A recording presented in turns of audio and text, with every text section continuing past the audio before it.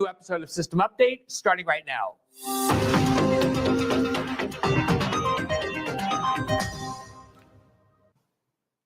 Whenever anyone is publicly accused of rape, that obviously is an extremely serious event that deserves to be taken very seriously. And when the person is somebody who is a politically polarizing figure, it is often the case that the reactions to those allegations tell us a great deal about how these kinds of accusations of sexual misconduct and sexual assault and rape are treated. We've had a great number of cases in the past several years of politically controversial figures being accused of rape, often or at least sometimes in a way that, if not disproven, ended up going nowhere due to lack of evidence.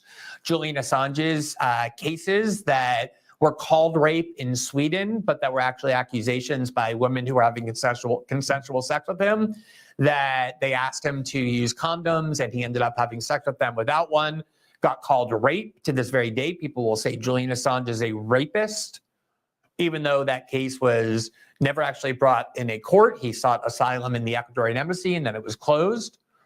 A more recent case involves the obviously controversial Congressman Matt Gaetz, who was branded not just a rapist, but a pedophile in leaks in the New York Times as a result of allegations that he hired underage prostitutes, at least one of them at the age of 17.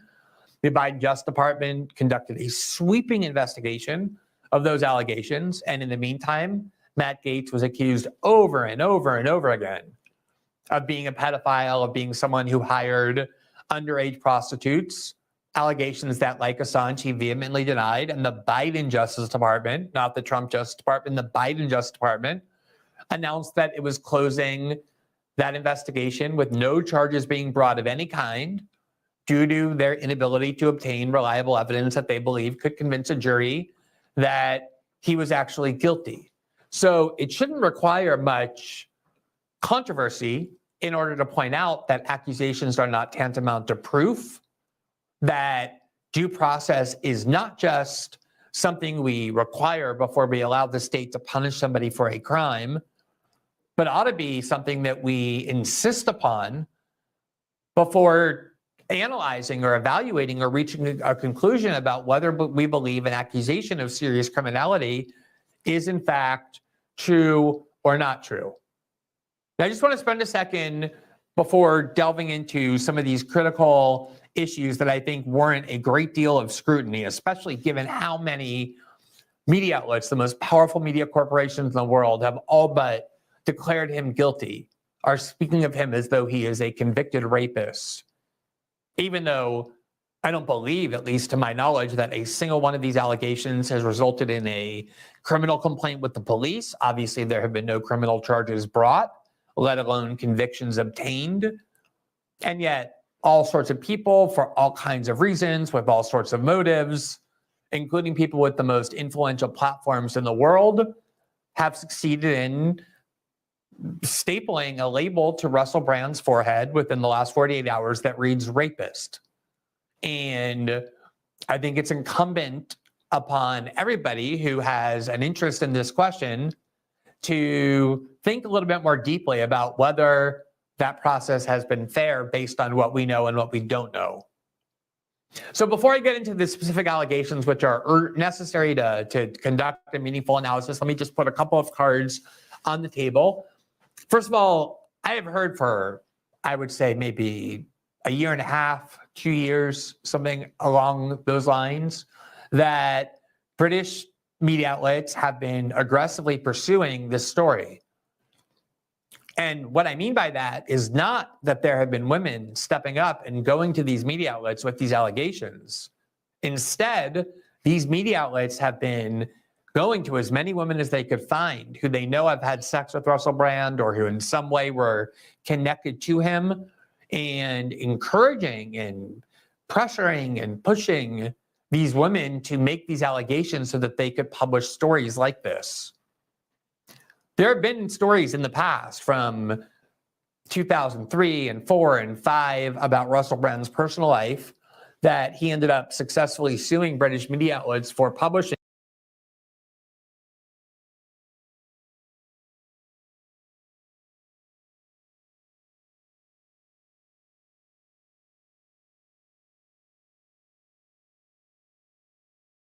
even though courts found there was not sufficient evidence in order to make those allegations.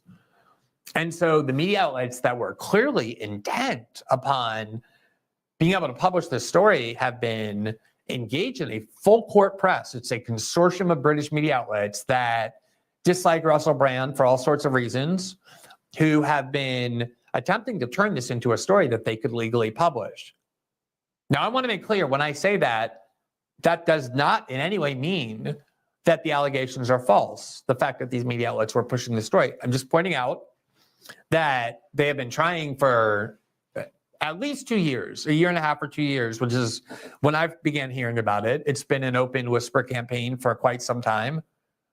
And it is, I think, a little bit notable that it was the media outlets who are playing such an aggressive role in trying to make this case happen, as opposed to women coming forward and trying to be heard or believed.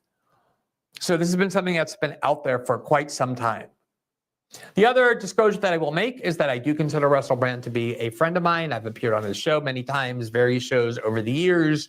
I wouldn't call him a very close friend, but he's somebody with whom I have an interaction and a relationship that extends beyond just, say, professional colleagues. We have spoken about things beyond journalism and politics, about each other's lives in many ways. So I think it's important for me to note that, although I think you will find that everything that I have to say about this case is extremely consistent with things I have said about very similar cases involving people who I didn't know at all, including people like Matt Gaetz. I remember very well being one of the very few people willing to stand up when the New York Times story about Matt Gaetz was published, knowing how one will instantly be accused of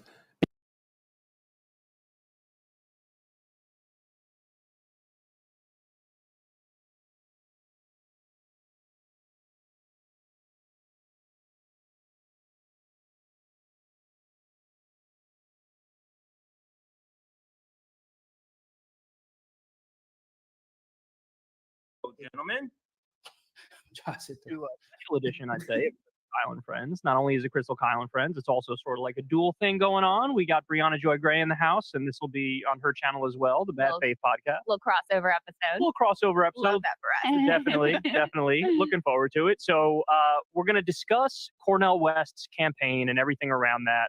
And I just want everybody in the audience to know, because I don't know if we've said this publicly before, that like he's been invited on multiple times and he just hasn't come on yet. And, you know, this goes all the way back to when he launched. Yeah. We invited him on. He hasn't come on yet. You know, will he eventually? I don't know. You know, it's up to him. Ball's in his court. And we had him on before. We had him on before. Yeah, before he announced his campaign. I mean, we're going back to when the People's Party thing launched. Right. We invited him on all the way back then too, and just haven't heard back or anything. But I just don't know it here. And so I want to lay out what my position is, and then Bree, I'll turn it over to you, and you can respond to it. And Crystal, you can jump in at some point and say what your position is. We'll go through all the things. We'll go through all the things. So here's my, first of all, in the Democratic primary, because I'm a registered Democrat in New York, I will be voting for Marianne Williamson. Very happy and proud to say that. I'm the chief Marianne Williamson bro out there. I'm leading the charge. Now, in New York, I'm going to imagine saying that shit. I thought it was the recent debate. Not being embarrassed saying that shit. I'm still here. I had to step away for a second, but I'm still here. I can hear everything. But imagine being that fucking absurd that you say that shit on your channel without being embarrassed. Like Jesus fucking Christ. Oh shit. Oh man. I thought hold on. I thought this was a new debate. Agreement with him on policy. And I think it would be nice to get the Green Party in a position where if they become more viable because we get ranked choice voting or something, it'd be nice to grow their popularity a little bit. And when we get ranked choice voting, I think they kind of automatically become a lot more viable. So I'd like to help out in that process.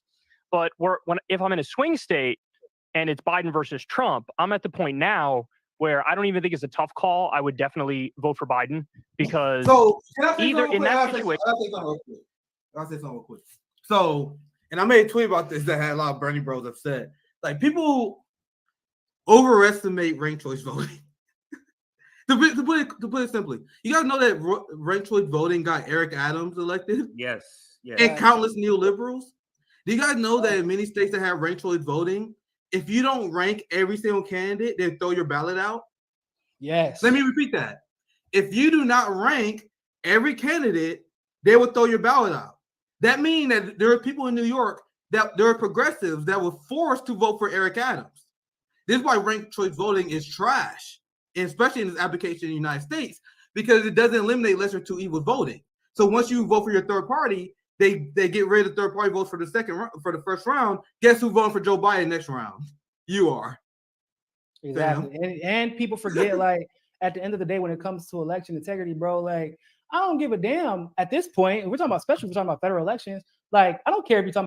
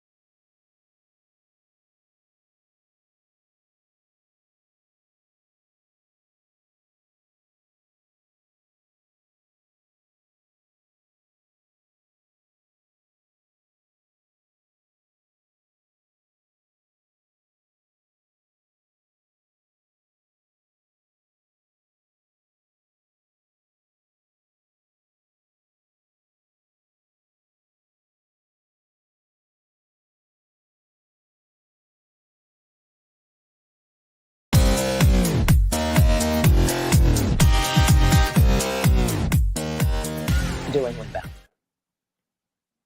The Walter Isaacson, much hyped biography of Elon Musk that comes out tomorrow includes a story about the Ukrainian military planning to launch an attack on Russian Navy ships in port in Crimea. And per Mr. Isaacson's account, Elon Musk personally took action to make sure the Ukrainian military would not be able to do that. Mr. Musk making sure that the Ukrainian military could not use his Starlink satellite internet network, which is what Ukraine uses for connectivity on the battlefield, to advance that operation. He got personally involved to make sure Ukraine had its hands tied in battle. It's reported in Mr. Isaacson's biography. It was first reported by The Economist in October. Then last month, in The New Yorker, reporter Ronan Farrow reported more detail about how Elon Musk has been stopping Ukrainian forces from using this crucial supply line, from using Starlink in Kherson and Zaporizhia and Kharkiv and Donetsk and Luhansk. Musk has been geofencing all of those places in Ukraine, fencing those places off from the Starlink satellite network, deliberately to hamstring Ukraine's military, deliberately to stop Ukraine defending its territory in this war against Russia after Russia invaded them. So, I mean, not to get too simple here, but Mr. Musk is American. He's an American citizen. And it is the explicit, out loud, not at all hidden, totally overt, totally emphatic policy of the United States government to support Ukraine in its war against Russia after Russia invaded them. We provide Ukraine, our ally, lots of military aid and training and intelligence and all sorts of other assistance. They are our ally in that war. But there's this one American private citizen who is intervening to try to stop Ukraine from winning the war, to try to stop Ukraine from defending itself against this Russian invasion, trying to stop it and, in fact, stopping it by turning their communication lines on and off at will as he sees fit, or as someone sees fit. Because here's the crucial thing. In Mr. Isaacson's new book and in Mr. Welcome to another edition of the Straight Outta Politics podcast. I'm your host for today. I'm CJ, or the CJ stands for Compton J in real life, or James in real life. So welcome to today's show. Make sure the sound is off here. We had 200 people already. That is fantastic. Let's hit that like button. Over 200 people. 200 people, that means 200 likes. Let's already get to it. Thank you, everybody. Today's show, we have a lot of topics. And And the reason I inserted this show, because we actually have the post-duopoly show tonight. But the reason, and I plan, usually when I have that, it's the only show we do. But there was just too many news stories that would fall through that we wouldn't cover if we didn't insert another stream. The Russell brand suspending the monetization, or YouTube suspending the monetization of Russell Brand. That's one of them that was not included in the stories for tonight. So wanted to cover it. And then this one too, this story with Rachel Maddow and Elon Musk. So let me first show you. We're going to get back to that video because we're going to play it again. Let me first show you the graphic and then talk about the topics we have today. So you got Russell Brand there. YouTube suspends Russell Brand's channel monetization. That's why he's there. Now to his left, you see Rachel Maddow and Elon Musk, and you just saw the video of the topic, and we're going to replay that and kind of break it down with some other receipts here. So that's that story. And then on the other side, you see Putin and you see Gavin.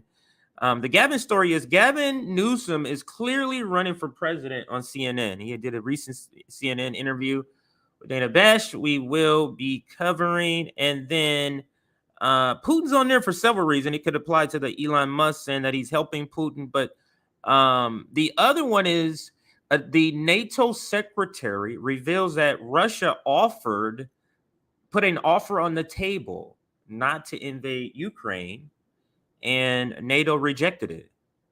So yet another example of an attempt for peace or to not to avert war that was rebuffed by the United States and their Western allies. We've spoke about the other ones many times. And then we have another story called the Newsweek article written by Liam. I forget his first name all the time, but he is the UAW worker who ran for UAW president, and it came very close. And he's very radical. I think he's a Marxist. And the article he recently wrote actually speaks to that, and it's called "The Battle Against the Automakers is More Than a Strike. It's Class Warfare," and that's the headline on Newsweek. We're going to cover, so all of these stories we're going to cover today. Hopefully we get to all of them. And where did I say? Where are we here? Like I said earlier, hit that like button. We're over 200 people watching, so let's make sure we get to 200 likes to start the stream off right. Let's see, who do we have in the comments here before I get started? Already have a super sticker. Let's throw that up. Biden71. Always with the love, with all of the left, more radical left-leaning networks. So appreciate the love. Biden71. I see a lot of regulars here. So what's up to everybody? All right, so let's get into this story, this first story, which is the Rachel Maddow story. So Aaron, you can start it here. So Rachel Maddow recently did a piece, or a segment, I guess you can say, on Elon Musk, on Starlink, and on the war, or the proxy war in Ukraine. And she said a lot, and it's gotten a lot of reaction online. Let me see if I can bring up some of the reaction before we get to the video here. Videos doing with them. So let's go. Actually, let's read what these say first. So here's Maddow implying Elon Musk took orders from Putin and labeling him a hitman for what she falsely claims is Musk turning off Starlink to try to stop Ukraine from winning the war. Another banner moment from cable news top war monger, and that is from That's Dan. Dan Cohen is a reporter, freelance reporter. We've had him on the show. He's been doing recently a lot of work in Haiti. And I think in a documentary, not I think, but a documentary also, which he talked about when he was on the show. Here's another one. This is that African reporter. And he says, MSNBC's Rachel Maddow claims Elon Musk is trying to prevent Ukraine from winning the war against Russia.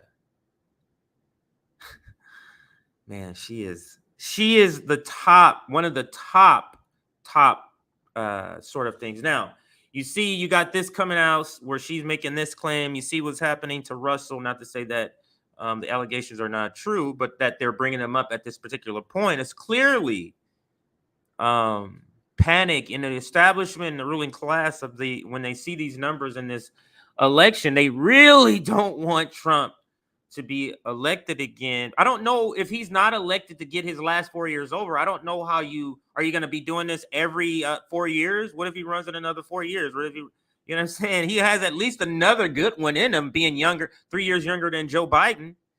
He has at least another until 2028 to run again. So, but we'll see how this works out for them. All right. I just wanted to clear that so I can. So what I also want to do is, because I want to bring up some articles on Starlink, and I'll do that in a moment.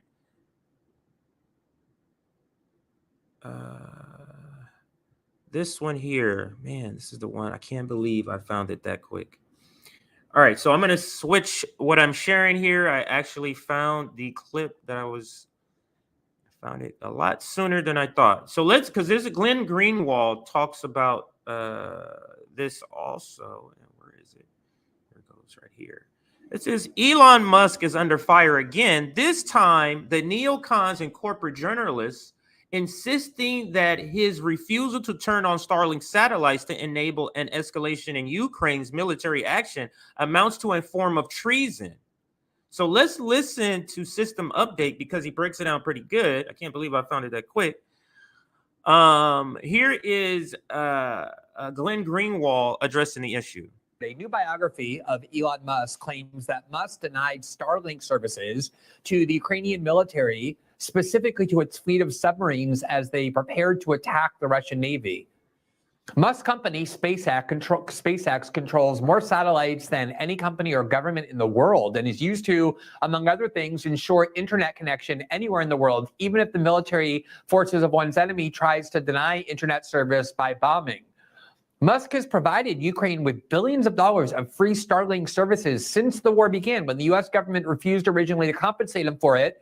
He originally said he would have to withdraw it because they couldn't afford it, but then announced he would continue to provide it for free. But as always with Ukraine and its supporters, nothing is never enough. You must always give more. Musk confirmed part of the story in this new biography and provided his motive this way, quote, "There was an emergency request from government authorities, meaning in Ukraine and then the United States, to activate Starlink all the way to Sevastopol. The obvious intent being to sink most of the Russian fleet at anchor. If I had agreed to their request, then SpaceX would be explicitly complicit in a major act of war and conflict escalation." He went on to point out that he didn't actually cut off existing services, but just refused the request of the Ukrainian military to extend it even further so they could attack the Russians in an all-new way that he feared would lead to escalation that his company and he would ultimately be responsible for, ethically, if not legally. Now, that concession immediately led to widespread accusations that Musk was guilty of treason, or at least being pro-Russian, and calls for the United States government to seize his company. His Starlink services were widespread. But so the unhinged warmonger known as Rachel Maddow, you see how all of this stuff is omitted?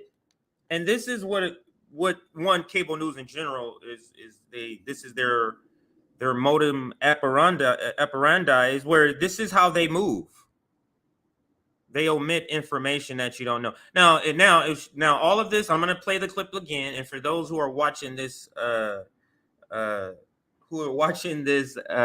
RBN clip, I played this video before, but this is your first time seeing it in this clip, and I'm gonna come back to this clip with Glenn Greenwald. So now with the context that Glenn Greenwald gives, let's go back to Rachel Maddow. Oops, I guess I didn't have it up, but I do want to get a different screen because I want to leave that in place. The Glenn Greenwald video, I do not want to backtrack on that. So let's go back to this video now and listen to the same segment. The Walter Isaacson much hyped biography of Elon Musk that comes out tomorrow includes a story about the Ukrainian military planning to launch an attack on Russian Navy ships in port in Crimea. And per Mr. Isaacson's account, Elon Musk personally took action. You see here, now let's do the same thing. This book is coming to report that at one point, Musk received a request for Ukraine for Ukrainian military to use their services so they can attack these ships, Russia. If this attack went through, that would have been a major escalation of the war. You see, if she just inserted literally that little section right there, it changes everything of the story. It changes, it frames your whole understanding of what she's going to say. And she clearly omits that. Now, do you think she omits it because she doesn't know? Or you think she omits it because she needs the listening audience to go down a certain thought path? And she's going to cut off all sort of hints. What do they call those things when they leave trails behind? So that, like on a camping trip, so you know how to get back. I forget what it's called, but they leave behind all sort of hints. And let's play the clip. Let me rewind the clip and play the clip. Now, understand who Rachel Maddow is. Let's not forget, in court, the judge in their ruling mentioned that of course nobody takes Rachel Maddow seriously. Everybody sees this as entertainment.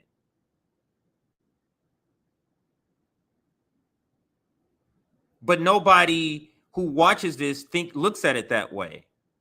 Even my own family, my mom watches MSNBC. Literally, I go over there anytime and that shit is going to be on TV.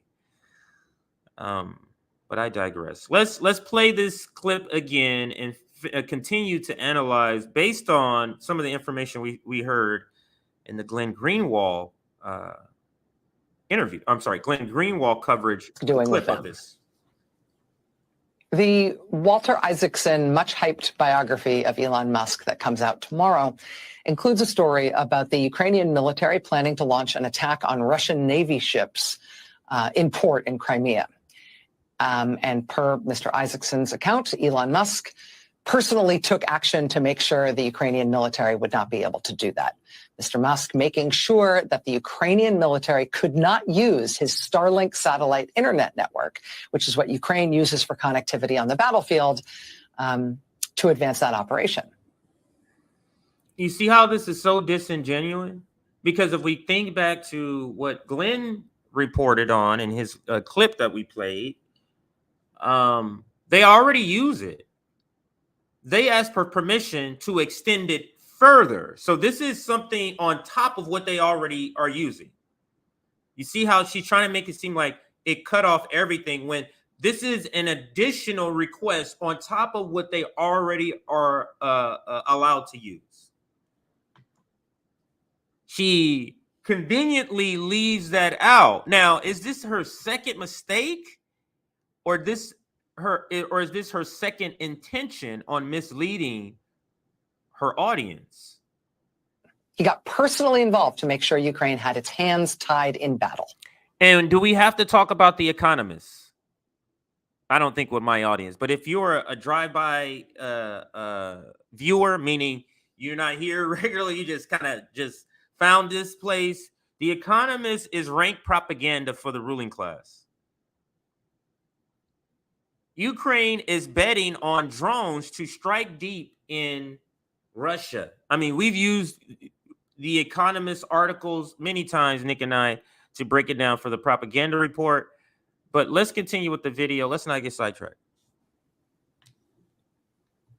It's reported in Mr. Isaacson's biography. It was first reported by The Economist in October. Then last month, in The New Yorker, reporter Ronan Farrow reported more detail about how Elon Musk has been stopping Ukrainian forces from using this crucial supply line, from using Starlink in Kherson and Zaporizhia and Kharkiv and Donetsk and Luhansk. Musk has been geofencing all of those places in Ukraine, fencing those places off from the Starlink satellite network, deliberately to hamstring Ukraine's military, deliberately to stop Ukraine defending its territory in this war against Russia after Russia invaded them. That is a stretch. So, I mean, not to get too simple here, but like Mr. Musk is American. He's an American citizen. And it is the explicit outline. Now, Nick has brought this up where this is a tactic of the professional managerial class. They'll say something and just, it's almost like a incomplete thought for you to think the rest of it. Yeah, well, he did bring, like what Jimmy, he brought the Boogaloo Boys on. So, what? So what? You get what I'm saying? It's just kind of like like you're inferring without saying explicitly. And that's what she's doing. He's American. This is what makes her so good at what she do as a propagandist. She kind of does it in a way if you were to be an interviewer, but you were a Jeopardy interviewer. She kind of starts with questions. She starts back, never directly on the topic specifically. But ask yourself, why does the ruling class, why does the establishment need the narrative out there that Elon Musk is stopping this unless it's to affect Twitter?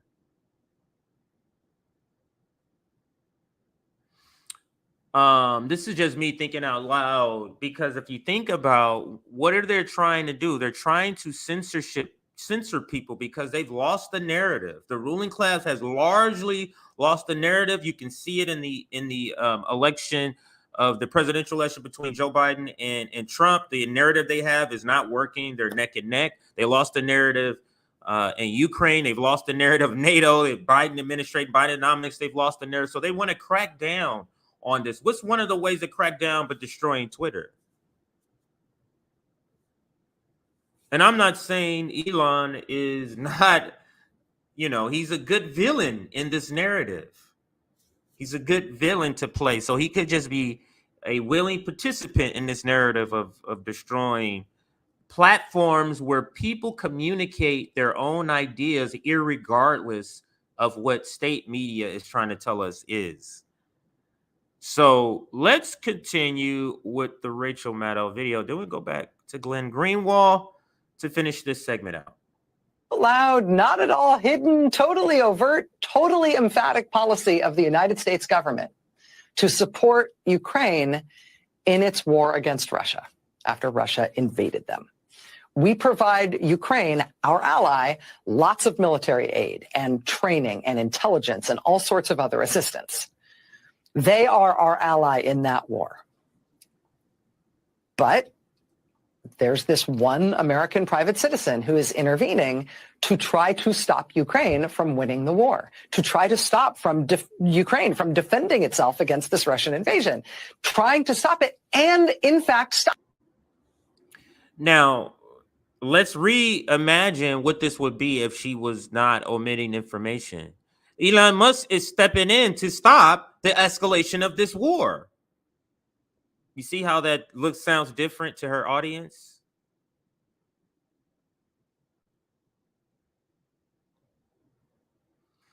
These people have no freaking shame at all. That she's literally misleading people with this point. And let's continue. stopping it by turning their communication lines on and off at will as he sees At fit, will. or as someone sees fit. Or as Because someone here's the sees crucial fit, because it's Putin, right? Or as someone sees fit. That's not at all what happened. A request was made. That request to extend coverage further into Russia was denied because it would have been a further escalation. Thing. In Mr. Isaacson's new book and in Mr. This is literally the reason, or one of the top reasons RBN is here. We've sat too long, or people have sat too long, where this nonsense lies have just been spoken about without any sort of counter narrative about what's going on. And this goes back to what I was saying earlier. Obama has referred to this too in many interviews, that the internet is a problem. They're losing the narrative control. Oops, I'm getting sidetracked again. Every time I come here. All right. Oh, I was meant to go to my bookmarks. Did I have one more receipt? Let me see if I have one more receipt for this one. I don't think so.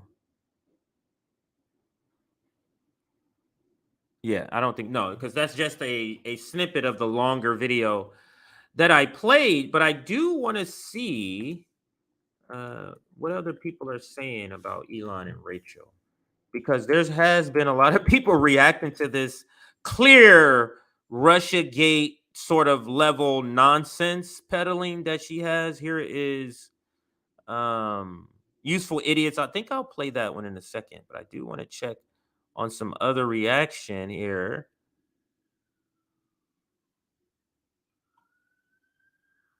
I do want to see some other reaction. Everybody's just playing her video. All right, so I'll play. This is Donald J. Trump. What does he say here? Oh, no, this is a parody. That's a parody. I'm good with reading parody. Let's play this. Not play it, but I'm gonna pull this article up. It seems it has an hilarious, or at least it is hilarious to me. It says Rachel Maddow exposes Putin pal Elon Musk. You see that there? So let's put it in the full screen. Where is that article? This is Politic Us USA. I guess that's how you say it. Let me put it on the screen. Here, I'm on this tab. This is funny. Let's see what sort of nonsense this article says. And I think I have another article that may be saying the opposite, so that'll be good. It's two dueling articles here. One saying one thing and one saying the other about this Starlink and Elon Musk in a Ukraine proxy war. Here is, I think that's Politic Us USA. I think that's how you say it, right? And here's that article. Is it still opening? Maybe it's still opening. Let's give it a second. I don't see the headline pop up yet. Still opening? Okay, here we go. All right, so it is opening. All right, so here we go. Rachel Maddow exposes Putin pal Elon Musk. And let's read. Where are we?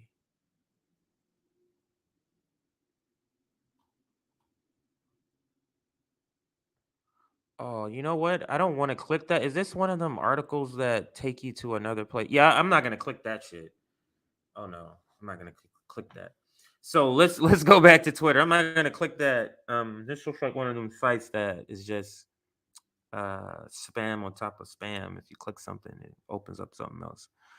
But let's go back. So we can end this segment already on Rachel Maddow. I think I've covered the video. I covered what he said with Glenn Greenwald, but it just goes to show that these people who are doing propaganda for the establishment, for the ruling class, they don't have any particular lines that they're not afraid to cross.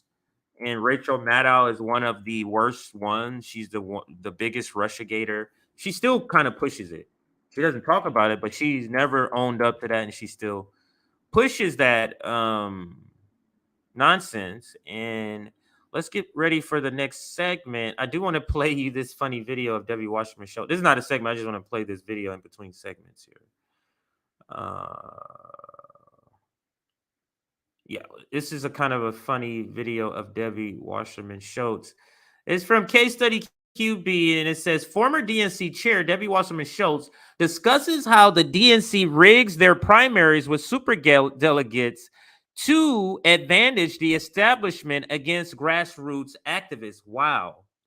Maybe this could be a short segment. So let's go. Debbie goes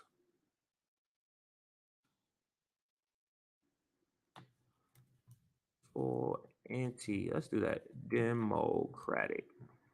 That's easy enough. So, Aaron, let's insert this short segment, very short, possibly 3-4 minute, 5-minute segment. And we can start here. Debbie goes full anti-democratic in this film. I'm sorry, in this clip right here. This is a Case Study QB. Shout out Case Study QB.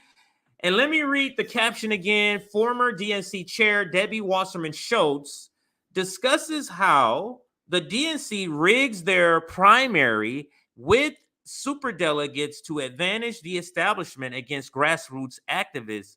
And I guess she thinks this is a good thing. Questions of, and this is what the CNN banner reads: questions about delegate counts after New Hampshire. Let's listen again.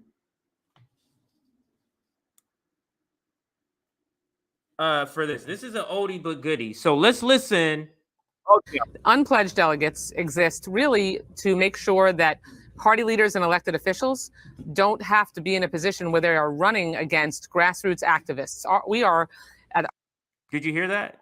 Now, I know a lot of you have seen this before, but shout out to Case Study QB. He has been dropping some old classics the last couple of days.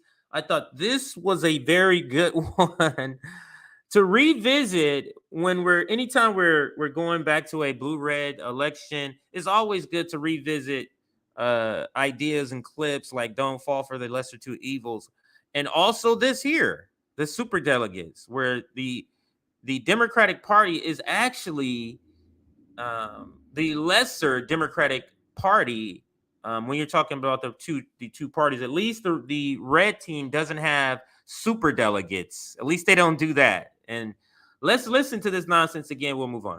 Unpledged delegates exist really to make sure that party leaders and elected officials don't have to be in a position where they are running against grassroots activists. We are, as a Democratic Party, really high. They don't want to be put in a position where they're running against grassroots activists. You see why Cornel West should not run in the Democratic Party here? He would be considered a grassroots activist, and the superdelegates are there to make sure grassroots activists like a Cornel West never sees the light of day, or at least becomes the nominee of this party. That's why they're put in place. This is Debbie Wasserman Schultz. I mean, this is the best argument, in my opinion, against running in the primary with in the Democratic Party. Just show them this video here. Let's let it play out. Highlight and emphasize inclusiveness and diversity at our convention. And so we want to give every opportunity to grassroots activists and diverse, committed Democrats to be able to participate, attend, and be a delegate at the convention. And so we separate out those unpledged delegates to make sure that there isn't competition between them. I'm not sure that answer would satisfy. Yeah, what I'm saying? Yes, Jake Tapper. An anxious young. What what does she think she said? What does she think she said? Because it feels like she believed she has communicated something different than we heard. It feels like she communicated clearly. Like, yeah, that's a logical reason why we shouldn't, and not that we just heard something very anti-democratic. But let's move on to the next segment. But before I do that, let's check comments. Let's do a shout out of our announcements. A voter, but let's move on. Patreon. Become a Patreon member. We have several tiers that you could join. I think there is even a tier that you could get where you could create your own. And $2 is the lowest you could pay. So if you can afford $2 a month, become a Patreon with RBN. We also offer memberships on YouTube, and you can find out more about that. Just click the join on our page. The other thing is our Substack. Make sure you join our Substack so that you get notifications when we go live and when we drop clips. The other thing I want to shout out before we get back to the segments is our merchandise. We are very excited about this. You guys don't understand. We've been trying to put this merchandise together for at least a year, more than a year, I should say. And we finally got it off the ground. It's not fully at its capacity. Like, we're going to add a lot more items, but at least we were able to get it started. So we're very happy about that. We're at 208 likes. 208 likes. We got 330 people watching now, but we got up to 350 was our peak. So let's hit that like button. Let's get us to our target. Let's say our target is now 300. I like to say it that way. Target is 300 likes. We're at 208. Actually, we got to make that bigger because it's at 208 already. So 375. All right, so we can't make it too easy to reach. We've had 778 people make their way through at some point. So although you see on the screen 350 people currently watching, but some people drop out, some people add in. We've had 780 people roughly make their way through, and thank you to everybody that has done so. And now let me show you one last thing before we move on from our announcements, and that is our merchandise. So when you go to our website, let me put our link up here, and I'll put that back up there. Here's our link. That's our website URL. When you go there, the top right-hand side, gas giveaway. Rome is doing a gas giveaway. Okay, just letting us know. That's where he goes to gas stations and find people trying to pay for their gas, and he'll pay for it. Fill their tank up or something like that. But go to our website, far right-hand side of all the tabs, you can click on RBN merch. It brings you here, and you can see some of our merchandise here. You see just the regular black signature logo. You got the tee, you got the tank, you got the sweater. Let's bring up the tee. Then you got the different colors you can put it in. You got gray. Is that like a navy green, like an olive dry green? And that is like a beige or an off-white. And then you got black, and then you got a white. And of course, many different colors to choose from. Let's go back to the main page and show you some other items. Let's show something. This is another one. So let's show you the class warfare one. And let's go to this one here. Let's go to the t-shirts. Yeah, let's go t-shirts again. I just want to show you the different colors. So I'm picking shirts that have different colors. So you see this, is that like a yellow? Class warfare is needed. And you can see up close. It's pretty cool. Class warfare is needed. You got that color. You can get this color here. Class warfare is needed. We have is this gray?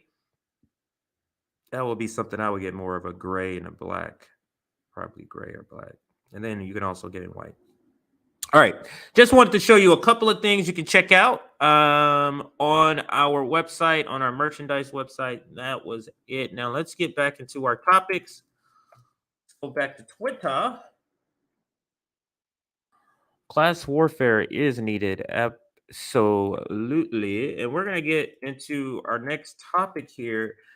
I do want to get into some UAW stuff, but let's get to this. Gavin Newsom sits down with Dana Bash for this interview. Now, they're all pretending like actually let me put the banner up and get this set up right for Erin and her editing.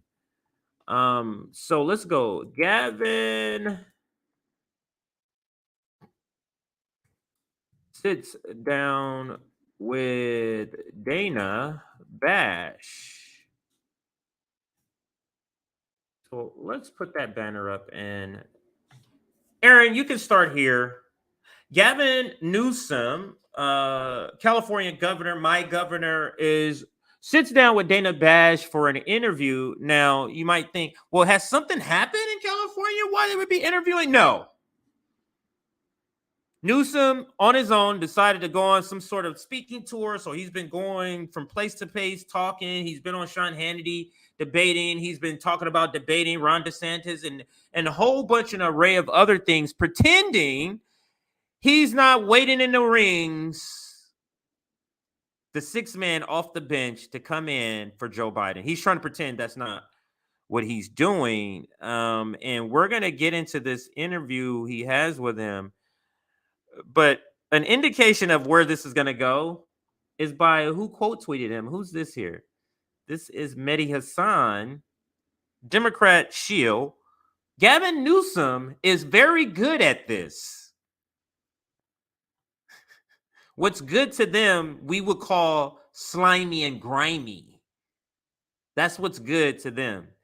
And here's Dana Bash's caption. She said, what does California Governor Gavin Newsom thinks of concerns about President Biden's age as he seeks re-election? I'm sorry. I don't want to read the quotes. I want him to say it in the video. So let's listen to this clip. It's under 4 minutes. We'll stop and start as needed. New CBS News poll shows only 1/3 of American voters think that Joe Biden will stay in office through a second term. I know you are downplaying concerns about his age, but do you believe that voters don't have any reason to be concerned that he would be 86 years old by the end of his second term? Voters have every right. So this is called passive aggressive shit. This is how mainstream media deals with replacing an obviously cognitive declining president. It's you have the candidate who's all along. No. He's, the reluctant guy. No, I'm here to support Joe Biden. That's this whole dynamic this theater that's playing out here. He's so humble. Look, he doesn't even want to run. It's a call of duty, and that's what he's going to do. So if it gets to where they have to pull Joe Biden, he'll be I did say I didn't want to run, but I have to defeat Trump. It's my duty, my patriotic duty. You know what I'm saying? So that's why he's this whole push and pull thing with him in these interviews where they're always asking him as he's running, and he's always, what are you talking about? Always doing that. Let's listen some more. Right to be concerned, but I remember Bobby Kennedy said it best, that what the world needs are the qualities of youth, not a time of life, but a state of mind, a quality of imagination. I mean this, I couldn't imagine 3 years ago that this president could accomplish so much in such a short period. He's accomplished so much in such a short period of time. I don't know if you guys remember. I got to find the stream. There was a point in the narrative where it was all bad news that was coming out about Joe Biden. None of the bills were being looked at as transformational. And then it was a week period where they said, you know what? They literally made a pivot. And I remember Nick and I were talking. I was like, Nick, they are literally pivoting right before our eyes from saying the economy's great to now the economy's bad. I mean, vice versa. The economy was bad. Now the economy's great. With nothing in the economy changing, they're just saying it's great. They just start doing that. This is before they launched the Bidenomics whole thing. And maybe that's why they did. They knew they were going to pivot to Biden to economics. So let's start saying without any proof that it's just better. And that's what they said. And they thought they were going to be able to do that and just change people. But the thing about the economy, people can feel the economy. You can say the war is going good. The establishment can do that. And the people just got to kind of go, oh, okay, they said it's going good. All right, it's going good. You say the economy's going good. We know. We just came from the gas station. We know. We just came from the grocery store. This economy's not good, sir. But instead of listening to the people and them saying this is not good and say, okay, then we need to do better, because obviously it's not good enough, they just say, no, we need to say the same thing in a different way until you're hypnotized and believe what we're telling you. We're not going to change and give you anything better or more or different. You just need to accept the narrative. You just need to hear it a different way. Then I bet you'll come along. Let's continue, and I'll rewind it just a little bit for context to get his full statement here. I couldn't imagine 3 years ago that this president could accomplish so much in such a short period of time. He hasn't. That's why you can't imagine that. This political season is all about a celebrity. With all due respect, we had a celebrity for 4 years. It didn't go well. And so I want a seasoned pro that knows how to get things done. I'm a little old-fashioned. I want a guy who produces results. And the results are in. It's been a masterclass. There's simply no administration in my lifetime that's been more effective.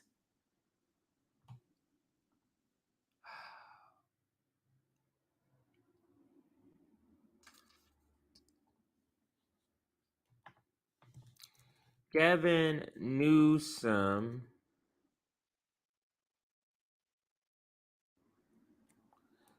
says Biden is putting on a master class. That's insane. Like, if that, I mean, that is like, you have zero respect for the people who are listening to you if you think you can convince somebody of that. A master class. Gavin Newsom says Biden is putting on a master class. This is okay. Let's play it again. Effective. Let me rewind it so we can say that nonsense again. And so I want a seasoned pro that knows how to get things done. I'm a little old-fashioned. I want a guy who produces results. And the results are in. It's been a masterclass. There's simply no administration in my lifetime that's been more effective producing more substantive results. You and Vice President Kamala Harris go way back. Yep. You say that you came up together in San Francisco, knew each Before other. we were in politics. Before you were in politics. I'm sure you saw that former Speaker Emerita, Nancy Pelosi, she heaped praise on Kamala Harris, but she declined to say whether or not she thought that the vice president is the best person. The only reason they're the reason they're tippy-toeing around Kamala Harris, because any other vice president who's not cutting the mustard, you out of there, it's because she's black. That's the reason why they're tippy-toeing around her. She's terrible. Nobody likes her, and she should be replaced. Even if Joe Biden runs, they should replace her. Maybe he's looking to be, maybe it's Gavin Newsom? Do we think that? Then he's in place for them to just pivot and go, oh, Joe Biden, his health has deteriorated. Gavin Newsom, you ready? The slick car salesman? That's who Gavin Newsom is. Let's continue the clip. To be on the ticket with Joe Biden in 2024. Do you? Of course she is. The Biden-Harris administration. Masterclass in terms of performance. Bipartisan deals on infrastructure, bipartisan deals on guns and debt ceiling, on the chips and science. She's the best choice. I mean, by definition, if I think this administration the last 2.5 years has been one of the most outstanding administrations in the last few decades, and she's a member of that administration, she gets to lay and claim credit. to a lot of that success? The answer is absolutely. Right, such unequivocal support. Let's just be real. He's lying. We don't He hear doesn't that matter. even from a lot of Democrats. You just And that's make up exactly shit. why he's trying to be out there with such unequivocal support. I mean, in various ways, he says that the Democratic Party needs to stop hemming and hawing, needs to stop sort of gnashing their teeth collectively. Yeah. And says, I mean, he says point blank, this is the train that is leaving the station. So we all need to get on board. And this train, he's referring to the Biden-Harris re-election campaign. And what he's been trying to do, not just I guess really by example, Aaron, is say, this is how you do it. Stop whining, stop worrying, get out there and sell this ticket, because this is the ticket that we have. Well, he's selling masterclass, listing off all of the accomplishments as he sees them, right? I mean, and just like point blank, no pause support for Kamala Harris. Again, I'm just saying it does contrast with what you hear from so many others. And so you did speak to him about his own ambitions, right? Because in any conversation about, well, if Biden decides not to run, he has to anoint someone, you hear Gavin Newsom's name. How does he respond to that? Doesn't go there at all. At all. I am not interested in 2024, even if Joe Biden, for some reason, doesn't run. He insists he's not interested. Basically, Kamala Harris is next, but he doesn't really even acknowledge the option, the notion of Joe Biden not running right now. I did ask him about whether or not he ever considered running for president ever in the future. He demurred. We can talk more about that conversation when you see it later. He's just saying, just not right now. All right, Dana, thank you very much. All right, so there is another clip to just kind of fill this segment up. There is another clip I do want to play, because this guy, if you think this guy's not running for president, there's a couple of things just to speak to that point. First off, this guy's terrible. He supports, he vetoed a bill that outlawed torture in prisons. He just vetoed it. The legislator that has a state legislator has a super Democratic majority. No reason why we shouldn't have Medicare for all. Torpedoed that shit. And it's said that they torpedoed it because he wasn't going to sign it. So it's to save his ass. But anyway, let's get to this clip. These other receipts. And if you don't think, listen to this. The state of California is suing 5 major fossil fuel companies over their contribution to climate change.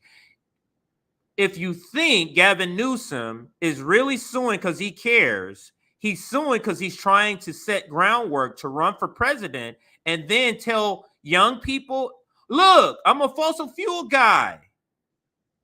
That's the type of sliminess that these people use. So let's listen to this little video. Pierre talks about that. Mr. Attorney General, thank you. I mean, you summed it up extraordinarily well, and I couldn't be more proud of the work and the product that he put together. And I encourage anyone, in fact, I encourage everyone, including members of the board of directors. This is the wrong one. It's this one, right? Oh, I'm sorry. It is the one below it. Oh, yeah, right here. Yeah. This is the one I was looking for. The shorter one. I was like, wait a minute. It shouldn't be this long. My bad, everybody. So let's listen to this one. He talks about why he's bringing this lawsuit to fossil fuel companies. The climate crisis is, after all, fossil fuel crisis. Period. Full stop. And these guys have been playing us for fools. They've been playing all of us for fools. They continue to play us for fools. The scale and scope of what the state of California can do, we think can move the needle. It sure as hell can do this, and forgive me for being long-winded, it can illuminate their deceit. It can illuminate their deceit. What deceit do they have? Their largest people that they supply to is the United States military. What are you talking about, Gavin? You see, What we are living in an era where they have understand they need to master the language of the worker without doing the things that the worker would do to get him. So he understands. He's gonna sound like, wow, that sounds like a damn great climate activist right there. He's not. He just knows all the passionate words and emotional sort of adjectives to use in order for you to think he's really trying to do something and he's not. And let's listen to this again and you'll see what I mean here. Where am I? Right here. Let me go back a little bit. The climate crisis is, after all, fossil fuel crisis, period, full stop. And these guys have been playing us for fools.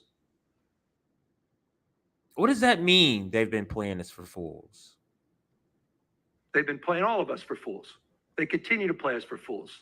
They've been playing all of us for fools. They've been continue to play us for fools. Do we know what that means?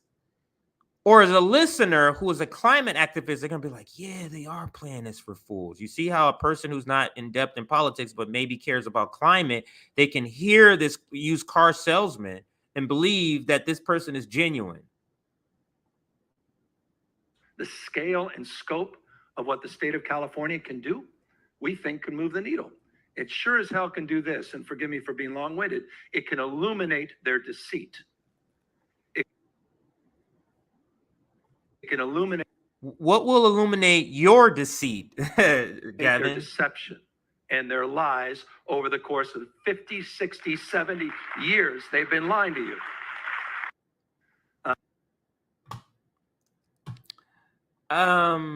Maybe it's my experience as in being in sales for over a decade. Maybe it's my experience as training salespeople.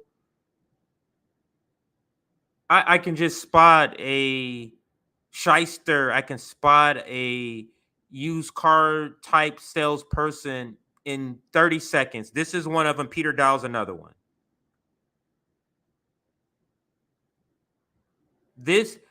But I was the customer that even the best salespeople hated. Because I would say, all your little charm, take that shit away and give me the basic shit. I'm not interested in your sales personality. Put your facts on paper and I'll just read them. I'm not interested in you telling me anything. You can make hell sound good because you're great at propaganda. But anyway, let's move on. I think I've belated the point on Gavin Newsom. I'm just kind of shooting the breeze today. Again, like I said, this is an inserted stream because we had so many stories we needed to get to that I inserted this stream. Yeah. Now let's get to this next story. This is where President Joe Biden speaks at the UN. I do want to cover this. Oops. 1 second here.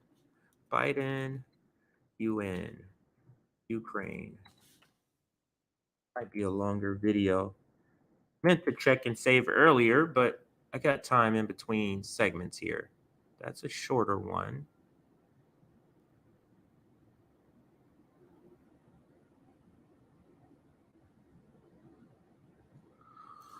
Yeah, it's a shorter one. This is the one I have. That's the longer one.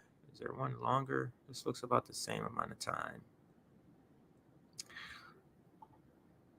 All right, so I think I'm going to go with the one I already have saved, but I will add a couple of more.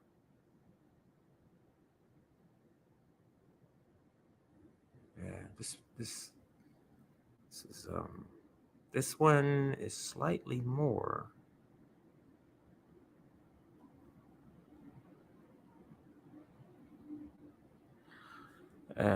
So it looks like I do have the longest clip. It looks like I do have the clip. So and this is the article we're going to cover. So I'll get that set up right now. All right. So I've decided I'm just going to use a clip that I already have because nothing is longer. I always want to make sure I include all the latest and most up-to-date full story. So let's use this clip, and we're going to be analyzing this clip and his breakdown and the things that he says the lies that he says in this video at the UN. So let's take this banner down. Put up. Biden speaks at UN about Ukraine. Biden speaks at UN about Ukraine. All right, so that's the segment. Now, but let's do a couple of announcements. This is a shortened version. Here's our Patreon. Make sure you join our Patreon, or if you're interested in being a monthly supporter, Patreon, you can join as little as $2. I believe you can create your own level. We have preset levels. You can create your own. I think $2 is the lowest that you can do. So join it, become a Patreon member if you can. We're at 273 likes. Our goal is 375 likes. So we're about 75 behind. I'm sorry, 100 behind. So if 100 more people hit that like button, we should get there very, very soon. Our peak has grown. So the target is still 375. We've had 1,002 people make their way at some point or another to watch the stream. So thank you to all those that have dropped in at some point to watch the show. And I'll put that up. So that's the numbers. Let's hit that like button. Another 100 people. Here is our Substack. Join the Substack to get notifications when we go live. Today's Tuesday. We also have the Post-Duopoly show tonight at 8 p.m. Eastern. Make sure you tune in. We'll be covering the Cenk versus Brianna Joy Gray interview on Ryzen that was sort of a doozy. I am carefully watching some and purposely not watching all of it because I like to have some parts where I'm shocked. But here's the advertisement. The Post-Duopoly show tonight. RBN, Heartlands Media, Do Dissidents, 8 p.m. Eastern. We'll be talking about the Cenk Uygur. And then also Hunter Biden sues the IRS. We'll be covering those stories later tonight. Make sure you join. Also, for our graphics, now you've seen many of our graphics. You see our clips. Our one and only employee is Erin. Here's her fundraiser. If you're able to donate, we're raising $775 to give to her. We do these fundraisers every month for $775. That's the target that we want to pay. So if you're able to contribute, GoFundMe. We're more than halfway there. I think we're like close to 75% to the goal. So thank you for those that have contributed. And there goes the announcements. Now let's get into the story. Biden speaks at the UN. And Aaron, you can... Let me see where I'm at first. Did I get locked out? I did not get locked out. All right. So I have a UN General Assembly article up that I'll get to in just a second. But we'll start here, Aaron. Sorry if I'm starting over. Biden speaks at the UN about Ukraine, and there's a lot of nonsense that he says. But we'll get into that. This is posted.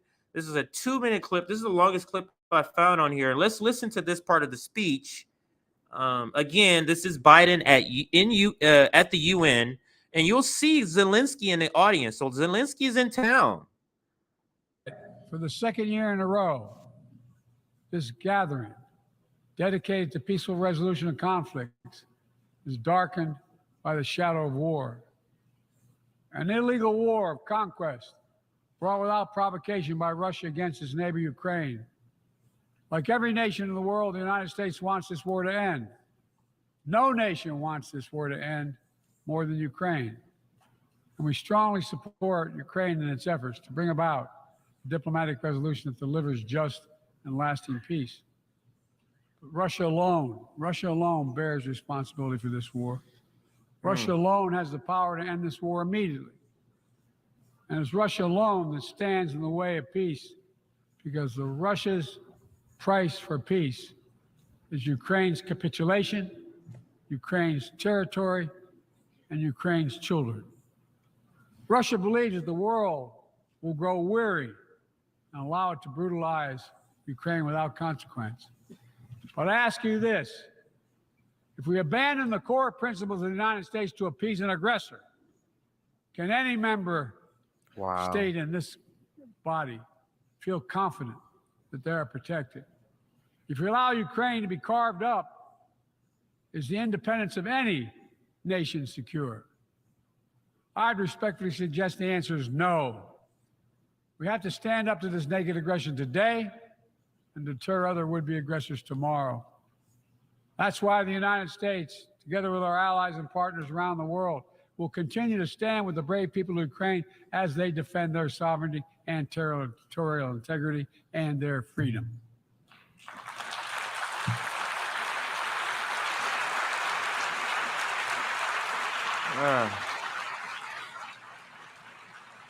You see Zelensky there. So Zelensky's in town, and I do have some footage of him speaking also. Zelensky is in town, baby. Watch your wallets. Watch your pockets. Zelensky's in town. Yeah, that's him at the UN. Let's go to Zelensky video first. I'm trying to see which one to do first. Let's go to the Zelensky video first before I get to the article, because the article kind of gets ahead of the game if I do that before the video. So to give the article more context, let's bring up what Zelensky has said, or part of what he has said.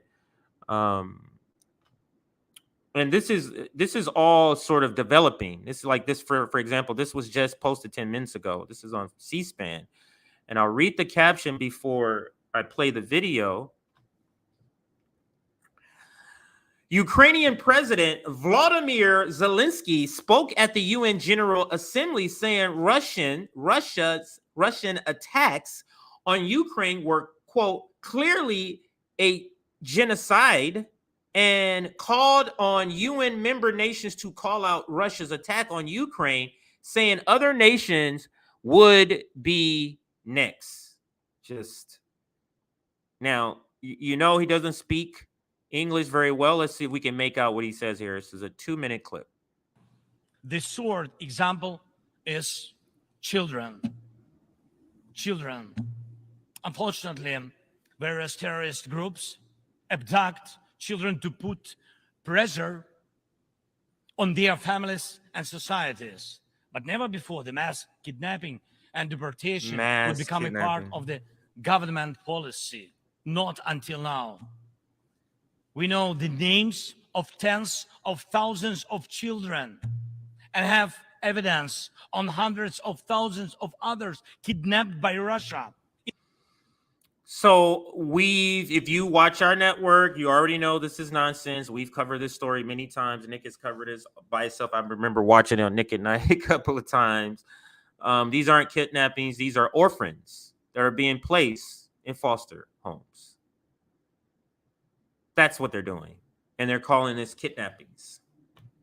So that's what he's referring to, if you didn't know. But you see, if you are a person who don't read and you're just going off of what your news is saying and even the leaders are saying, you would be so misled. You would be so far from the truth. In the occupied territories of Ukraine and later deported.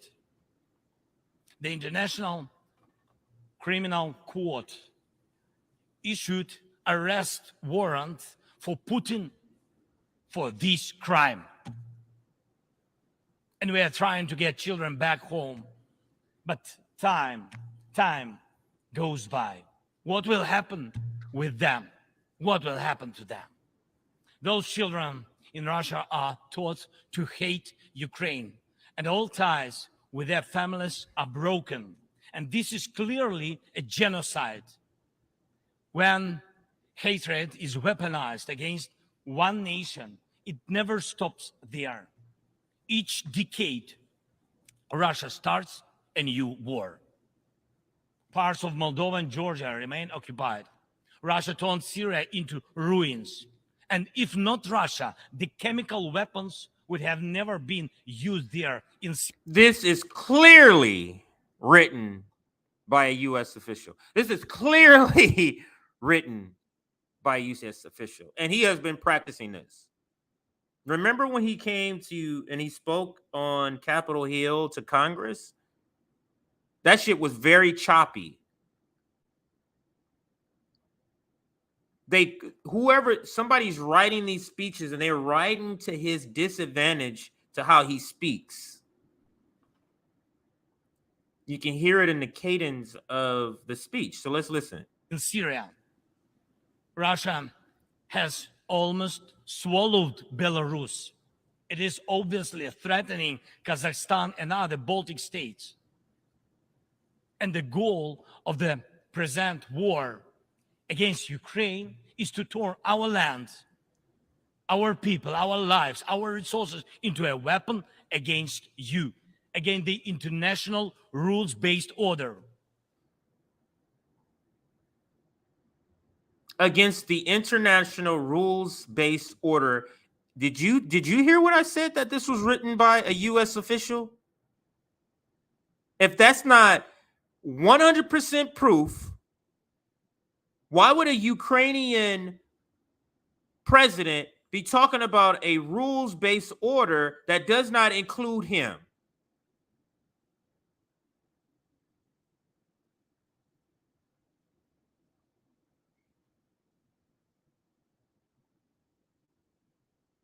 This is written by a U.S. official, clearly written by a U.S. official. Many seats in the General Assembly Hall may become empty if Russia succeeds with its treachery and aggression. With this treachery and aggression. That's not a word a Ukrainian uses, treachery and aggression. That's not a word they would use. It's clearly written by a U.S. official. But let me bring up another. I'm going to prep another article while I still have this video up here. I want to make sure I find it before. Okay, yeah. So let's insert this article. It's from World Socialist website. What's up, babe? You getting ready to take off? Yeah. Okay, hold on a second. Yeah, let me mute everybody. Or actually, hang on a second, everybody. All right, now you're good. So I'll talk without muting. I'll just turn my camera off. There you go. All right, so here is the article that we're going to be covering for this segment, and this is very recent, just dropped. After failure of Ukraine's spring offensive, U.S. NATO escalates war against Ukraine. This was just written. And here's them at the here's both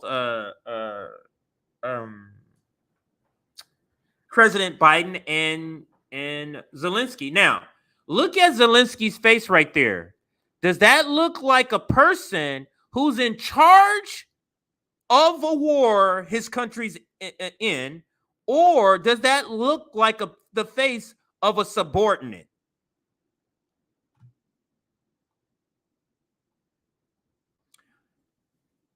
That looks like a face of a subordinate to me, looking at his boss. So, but let's get to the article here. On Tuesday, one moment, actually. One.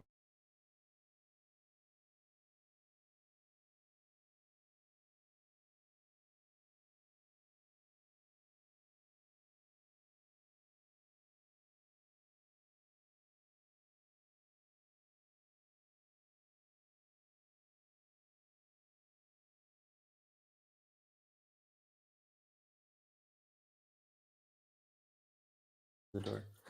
All right, so just saying bye to the wifey as she's leaving to go do something, handle some business. So, all right, thanks everybody for your patience. And now let's get back to the article here. On Tuesday, Now, this article was written yesterday. On Tuesday, Ukrainian President Vladimir Zelensky and U.S. President Joe Biden will address the UN National General Assembly in New York in an effort to mobilize support for the U.S. NATO war against Russia. Their appearance follows the failure of Ukraine's spring offensive, which had made no significant territorial gains despite the loss of tens of thousands of Ukrainian troops.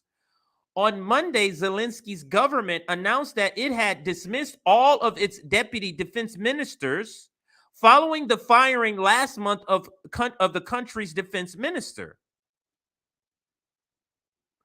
Adding to the context of the crisis and desperation, just one day ahead of Zelensky's appearance at the UN, the New York Times published a report refuting claims that a September 6th missile attack on a Ukrainian market that killed at least 15 civilians was a deliberate massacre by Russian terrorists.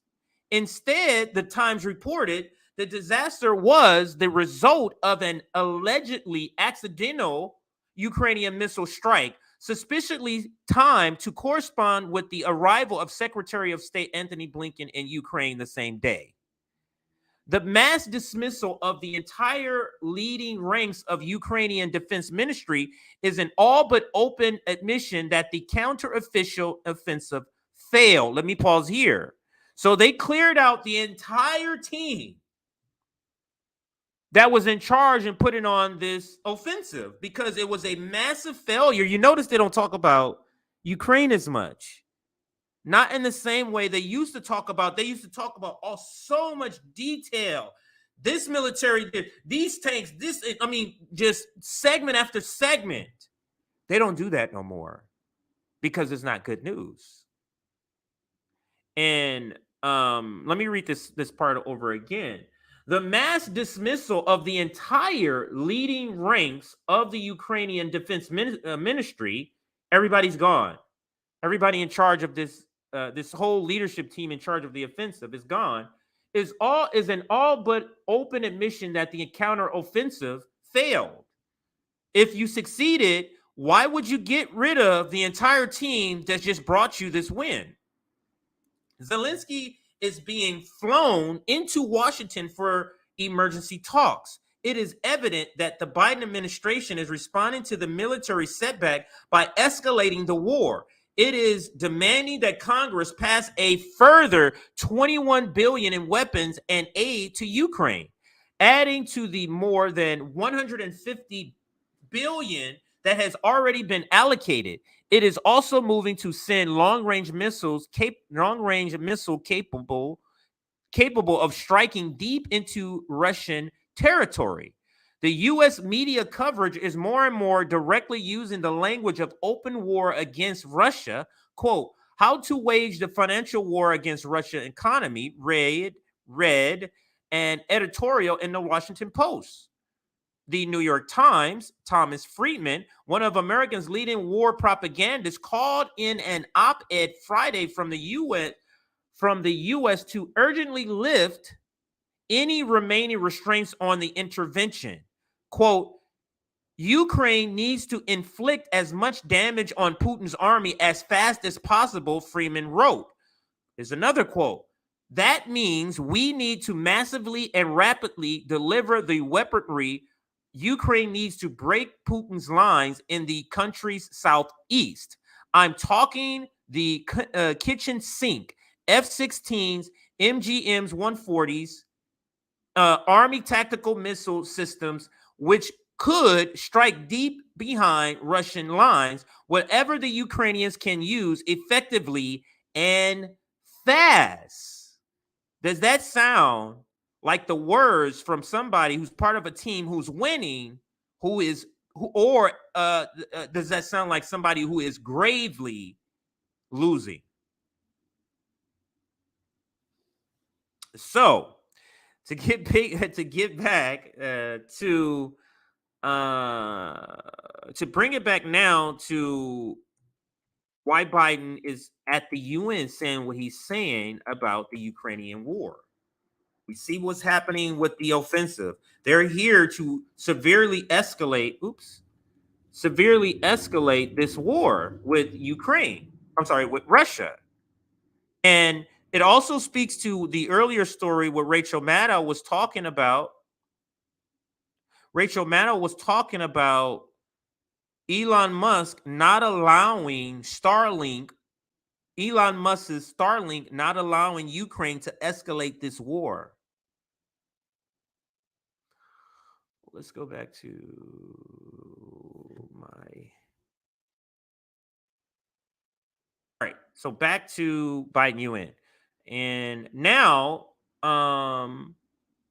let's go back and listen to this and let's break it down and we're going to close. So now we heard before all of the other receipts before that article in particular. Now let's go back after we read that article. For the second year in a row, this gathering dedicated to peaceful resolution of conflicts is darkened by the shadow of war. And who brought about that war? Who instigated that war? I have another story, like I mentioned earlier, another story. NATO, the NATO head guy, I forget his name. It's coming to me. But the head NATO guy is on video. We're going to cover this, and I'm going to play it. Is on video where he's talking about how Russia put an offer on the table not to invade, and that offer included denying membership to Ukraine, and NATO denied that offer. An illegal war of conquest brought without provocation. An illegal war of conquest brought without provocation. That is a bold-faced lie. Is that too much light in the back? That is a bold-faced lie. And let's go back, and I'm just going to break down this sentence here. And I have so many things open. Let's go back just a little bit. An illegal war of conquest. It's not a legal war of conquest. So this is what they're trying to sell. After Ukraine, it's the next country. After this, as if this is not defensive. This is the narrative they need to put out there to make this seem like their NATO is being defensive and not offensive. Brought without provocation by Russia. Yeah, it was brought with provocation 2014-15, the overthrowing of a democratically elected president in Ukraine, backed by the U.S.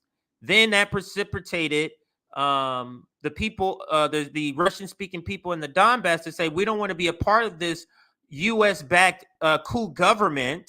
So they started shelling them. By Russia against its neighbor Ukraine. Like every nation in the world, the United States wants this war to end. You guys don't. No nation wants this war to end more than Ukraine. And we strongly support Ukraine in its efforts to bring about a diplomatic resolution that delivers just and lasting peace. But Russia alone bears responsibility for this war. Russia alone, that is just a bold-faced lie. I don't need to give receipts. I mean, that's just a bold-faced lie. I already said.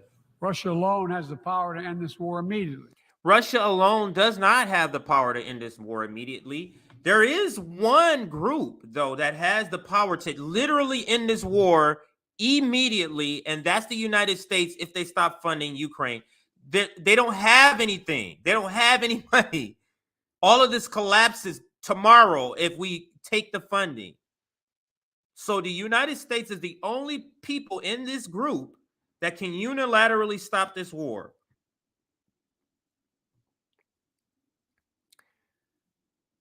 Let's continue. And it's Russia alone that stands in the way of peace, because Russia alone is not the only people who stand in the way of peace. And I think because he keeps lying, and we've seen it before. Let me go to that part. Let me insert it here, and then we'll cover it later. So here is NATO Secretary General Stoltenberg revealed that Russia offered not to invade Ukraine if the alliance, that means NATO, would agree to deny Zelensky membership. Our refusal triggered the war. We are complicit. Let's listen. So this is to counter what Joe has just said in this video at the UN. President Putin declared in the autumn of 2021, and he actually sent a draft treaty that he wanted NATO to sign to promise no more NATO enlargement. That was what he sent us. And that was a precondition for not invade Ukraine. Of course, we didn't sign that. The opposite happened.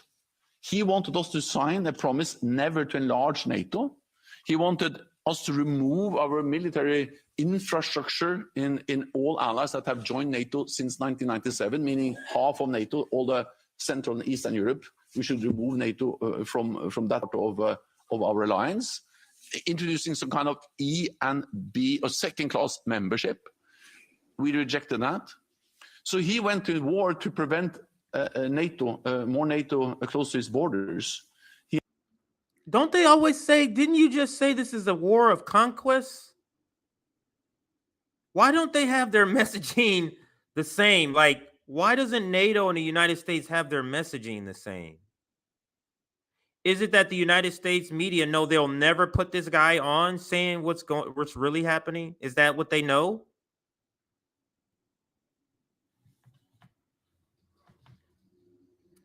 Guess so.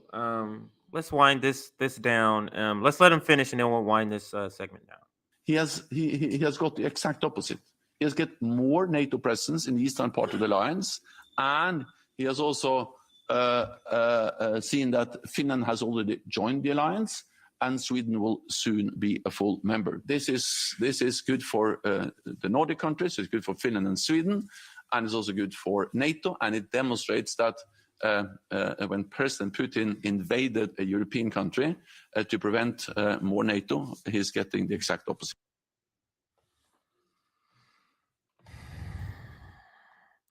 Amazing. Amazing how they just say the shit out in the open. And this is what Obama means by the internet is a problem. Before the internet, they had such tight control over the narrative. They could just tell us whatever nonsense they could about North Korea, about Putin. They can say he said this in a speech, and we had no ability to fact check them by simply just having access to see it.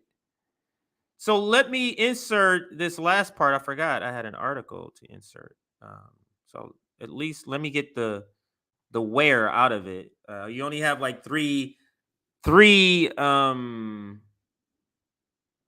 articles, and this is one of them. So I want to make sure I use it. It says 2 updates. But here is the headline. UN General Assembly, Zelensky warns world leaders that Russians' aggression could expand beyond Ukraine, which is nonsense. So let's read a little bit of it.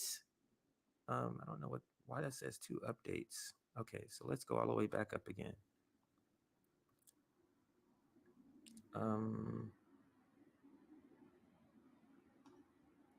Gotta pull it, or why isn't it moving faster? Okay, there he goes. All right, so headline again, and here he goes. It starts right here.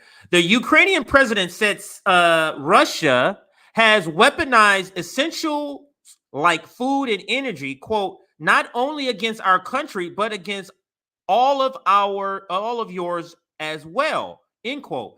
Earlier, Biden said the world must continue to stand with Ukraine. Let's continue here. Updated.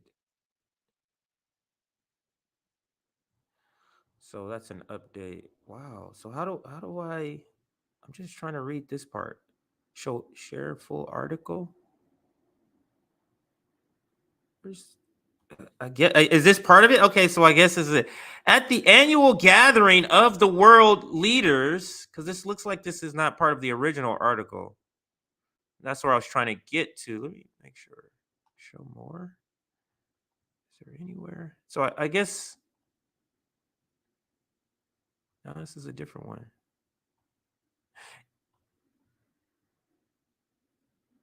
Yeah, then they talk about tribal. Okay, so all right, so it is a different. This is it. My bad, everybody. Let's get back to it. World leaders debate pressuring issue. At the annual gathering of world leaders at the UN Assembly on Tuesday, President Volodymyr Zelensky of Ukraine presented Russia's aggression as a worldwide, unrelenting threat that would not stop at the border of Ukraine. Quote, the goal of the present war against Ukraine is to turn our land, our people, our lives, our resources into a weapon against you, against the international rules-based order. And I showed you the video of Zelensky actually saying that. His remarks were among the most scathing in a series of addresses by world leaders, including President Biden, who condemned Russia's naked aggression and said the U.S. or United States would continue to stand with the brave people of Ukraine. If the world appeases Russia, Mr. Biden asked, quote, can any member state in this body feel confident that they are protected if we allow Ukraine to be carved up? It is the independence of any nation secure, end quote. And the United States has some audacity to say that. Libya, Iraq, Iran, Afghanistan, Syria, like, get the fuck out of here. Quote, we must stand up to this naked aggression today to deter other would-be aggressors tomorrow, like yourself, like us. Unity is a frequent theme for the General Assembly when the leaders and representatives of nearly 200 nations gather. But the world has become increasingly polarized. Russia's war against Ukraine is pitting Moscow against the United States and its allies, while tensions between China and the United States are rising. And nations in the global south, a collection of developing and poor countries in Africa, Asia, and South America, have complained that the West has disproportionately focused on the conflict in Ukraine and ignored other crises. Wow. Here's what we know. UN Secretary, actually, I'm not gonna go through that. I think I've read enough of the article for this. If you would like to finish the rest of the article, because they go into more outside of what this segment is about. So if you would like to go into more detail of this article, please go find it on New York Times. You see the title there. We're gonna end that segment there because I got to squeeze in a bunch of other segments before we get out of here. Now let's go to one of the main topics, and that is the Russell Brand is suspended, or at least his money is suspended on YouTube. And where am I? I'm right here. Let's go back to Twitter. And see, I think, did Nico make a video of this? I gotta see if Nico made a video of this. I think Nico House made a video of this. Russell Brand. And actually, let's put this here.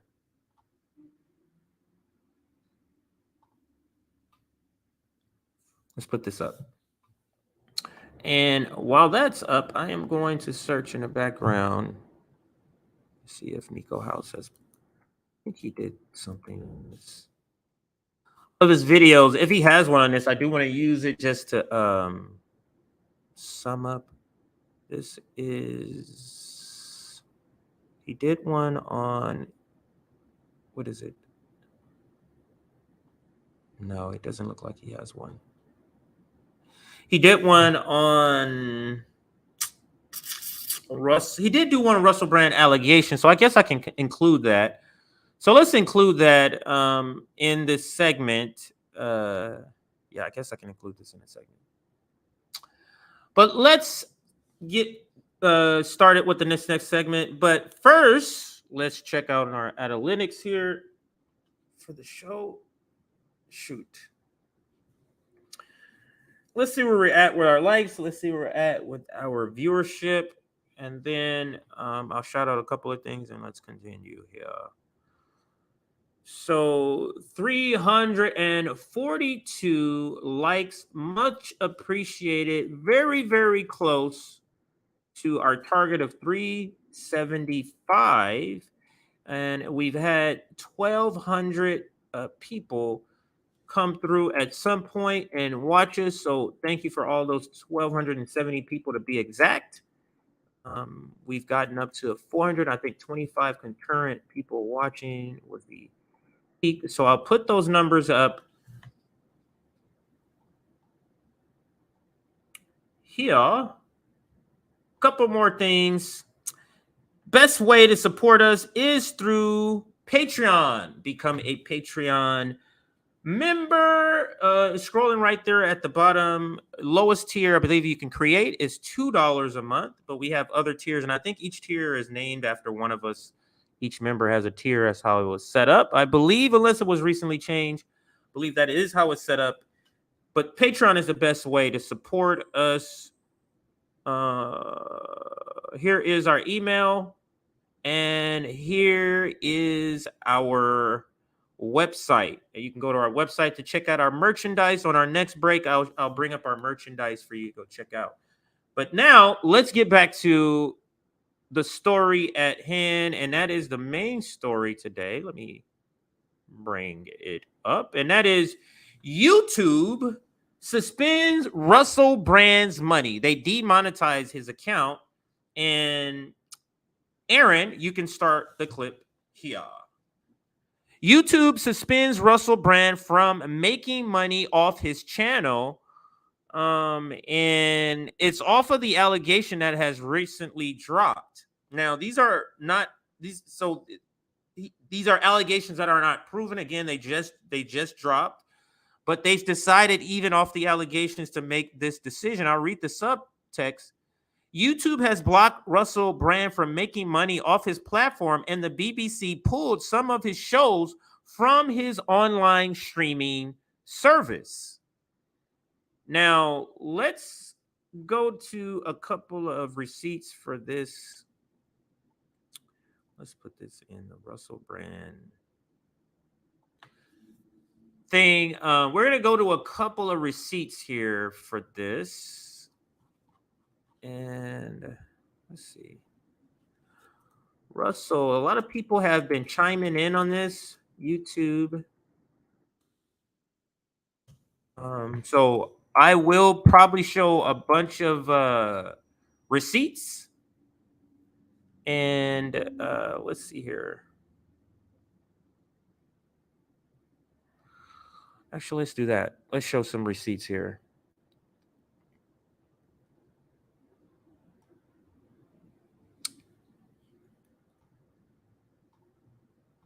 So many tabs open. Let's close that one. Let's close that one. That'll help out.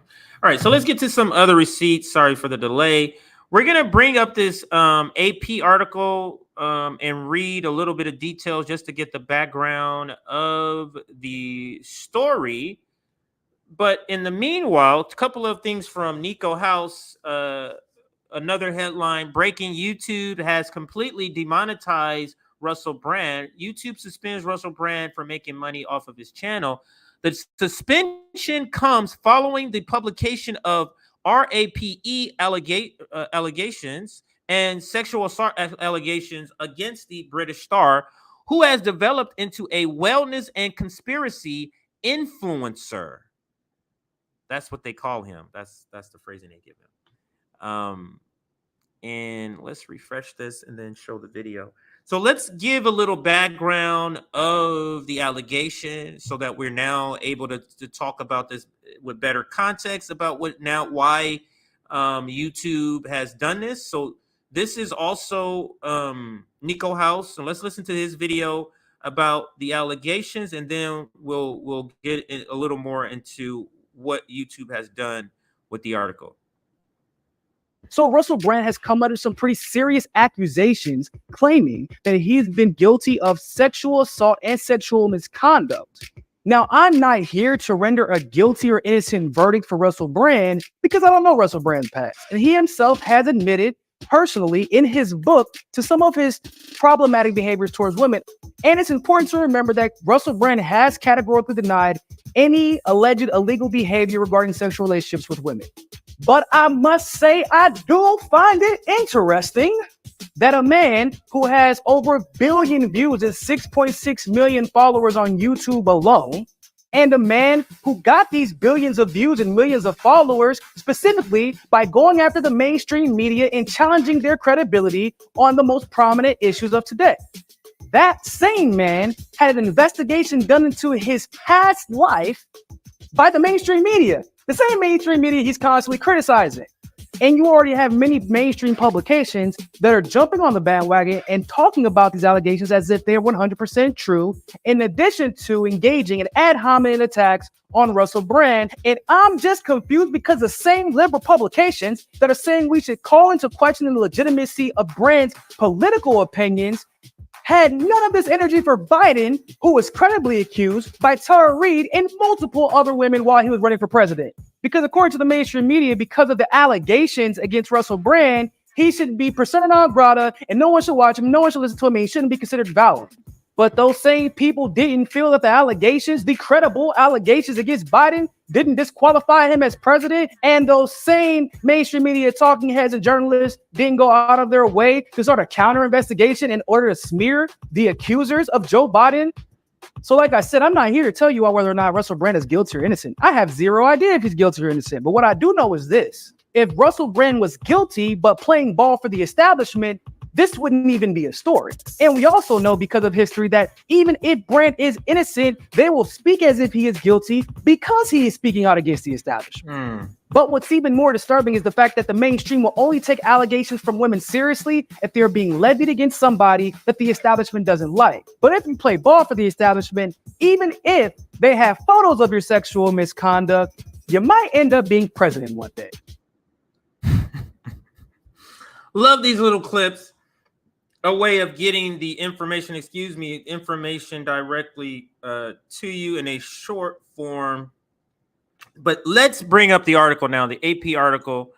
Get the details now that you get the background stories, just in case you didn't know the story of the allegations. That's kind of a quick way of getting it to you. But now let's get to this.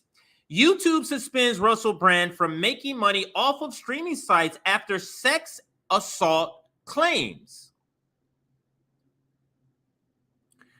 Let's read a little bit.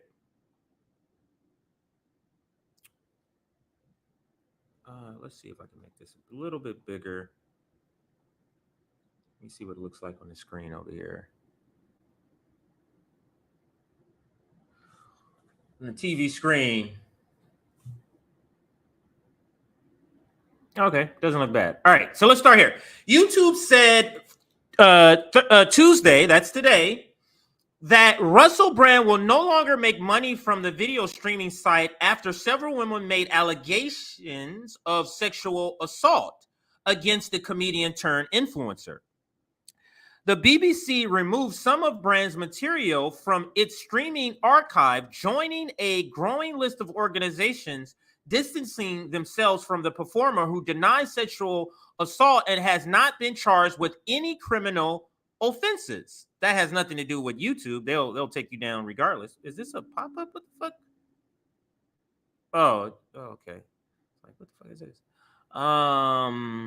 YouTube said monetization of Brand's account, which has 6.6 million subscribers, has been suspended, quote, following serious allegations against the creator. Allegations. Quote, this decision applies to all channels that may be owned or operated by Russell Brand, end quote, the Google-owned video service said. The suspension means Brand won't be able to earn money from the ads that run within and alongside YouTube videos, which have titles including, quote, what really started the Hawaii fires, and, quote, COVID TARs admit lockdowns were never about science, end quote. Other channels associated with Brand's main YouTube page include Awakening with Russell, which has 426,000 subscribers, Football is Nice, which has some 20,000 subscribers, and Stay Free with Brand, which has 22,000 subscribers. Pause here. I didn't know he had all of those accounts on YouTube. Go back to the article. Brand still has a presence on Rumble, a video site popular with some conservatives and right-wing groups, where his channel has 1.4 million followers. He also has 11.2 million followers on X, formerly known as Twitter, and 3.8 million on Instagram. It's funny they say Rumble is a conservative, right-wing, far right-wing groups. I guess let's continue with the article. Brand 48 denies allegations of sexual assault made by 4 women in a Channel 4 television documentary and the Times and Sunday Times newspaper.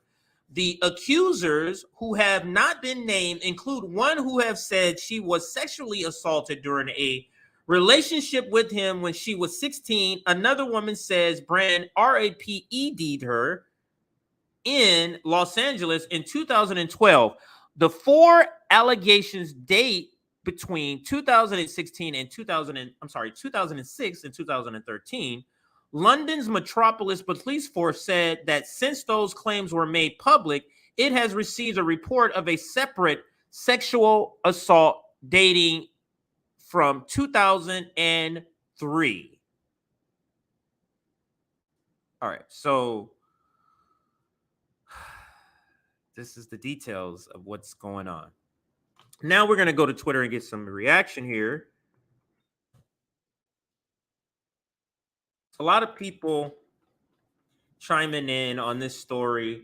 I did see a tweet from Chris Hayes, the anchor from MSNBC, and saying something to the effect, this is not verbatim, I am shocked by the number of people who are coming out on the side of Russell Brand after the news. But yeah, I guess they are shocked. Actually, instead of starting all over, let me just go and share the other page that I already have the search up. So let's go here.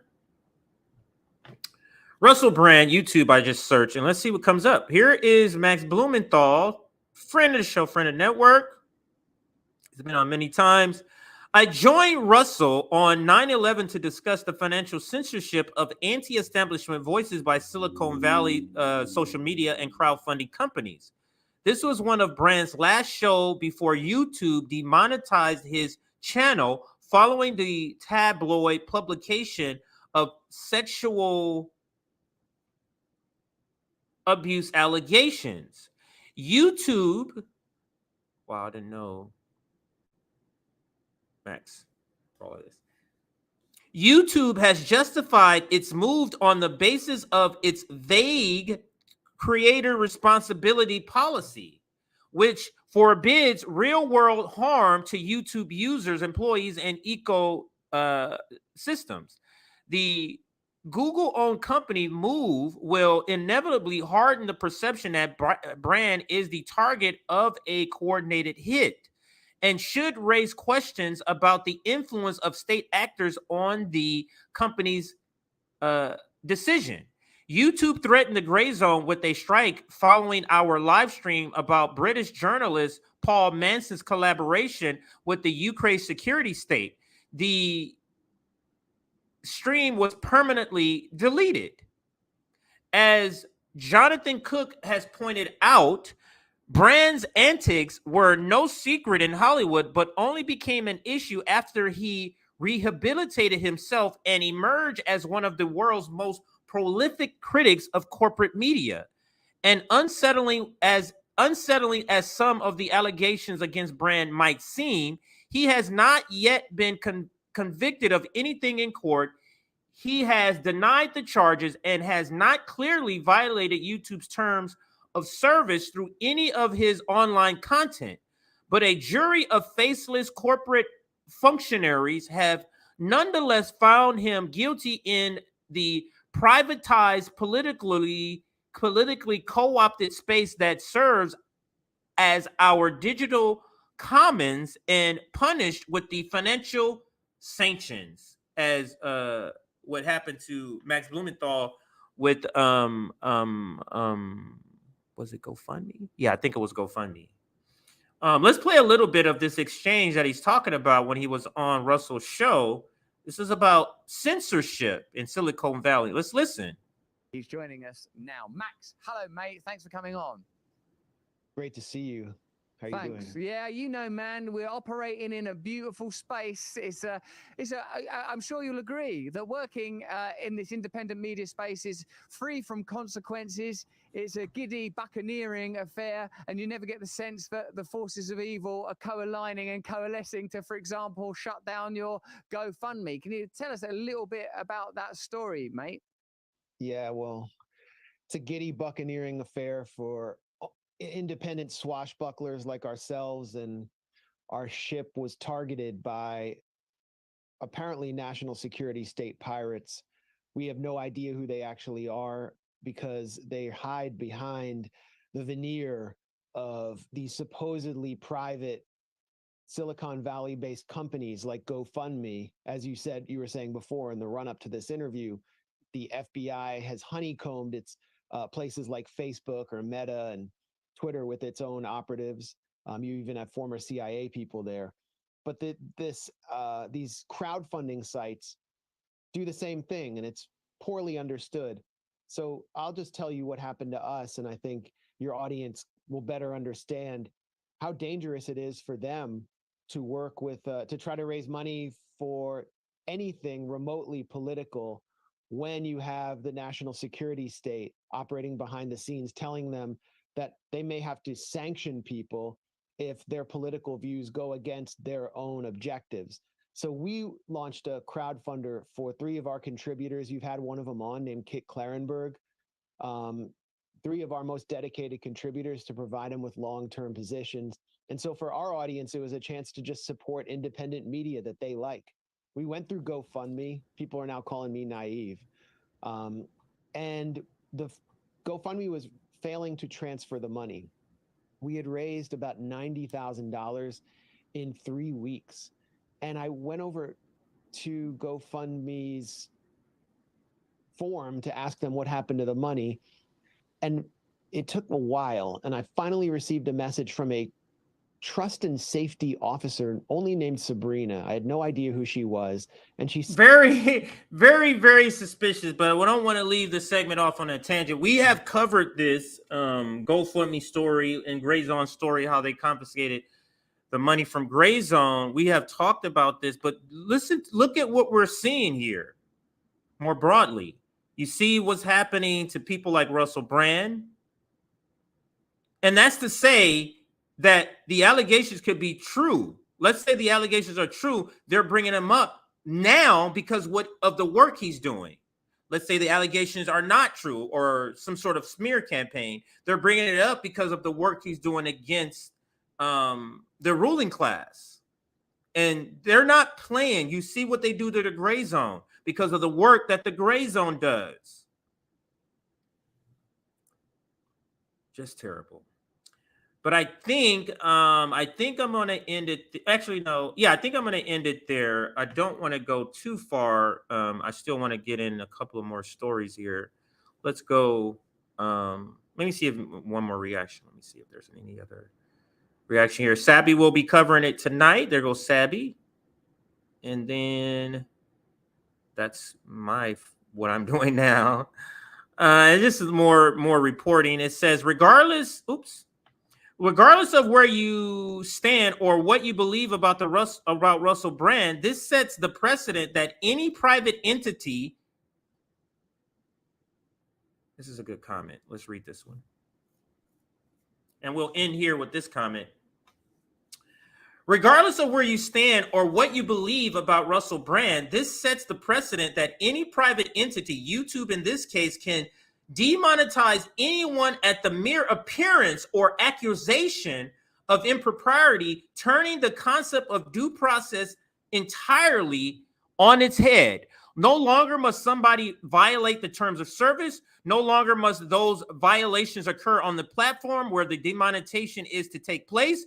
No longer must there be any evidence of impropriety beyond simply the claims of individuals, regardless.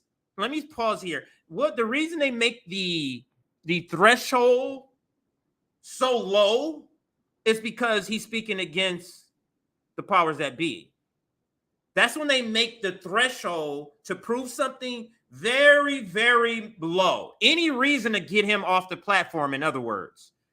Back to the post. Regardless of where you stand, realize the kind of Pandora's box that this has now opened. It is now easier than ever to destroy the voices and livelihoods of people who choose to speak out conscientiously against the powers that be. The mere whiff of an accusation is all that needs to be secured in order to silence someone. Let that sink in, and I'll pause there because that's a get in to kind of button up this segment, because that's spot on. And I don't even know who this person is, but shout out to this person and their tweet. Frank Lombardo. I don't know who they are. I'm sure. Do some of you know that? Frank Lombardo. But this is a fantastic tweet that covers the topic and sums it up perfectly. We all must stand up against this sort of thing, because it's wrong and it's going to come after us. Don't find yourself cheering for stuff like this. You cheer for Donald Trump to be off of Twitter, and then they came after some of us. So be careful what you wish for. Let's move to the next story. And where am I? I am here. Let's go to my... We did Russell Brand. We did Biden. We did Rachel. We did that one. We did that. This one is next. Class warfare. Let's get to this article right here. This article on Newsweek.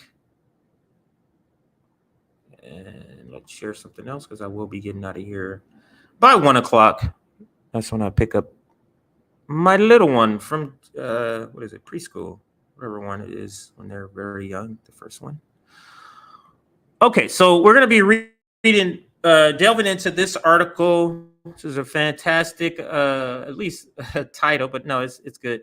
William, I always forget his first name, but Lehman, and he is an auto worker. He is a UAW rank and file, and he ran for president. He's clearly, I would guess that he's a Marxist. At least he's a socialist, if not a communist, in the things that he says.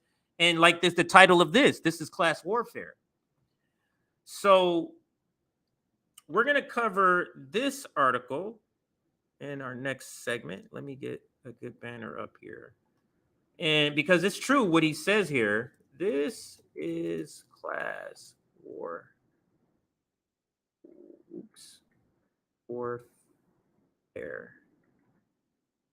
Class warfare. Did I spell it right? I think I did. Yeah, so this is what we're going to. This is class warfare. We're going to cover this article. But before we do that, a couple of announcements. Let's show the website.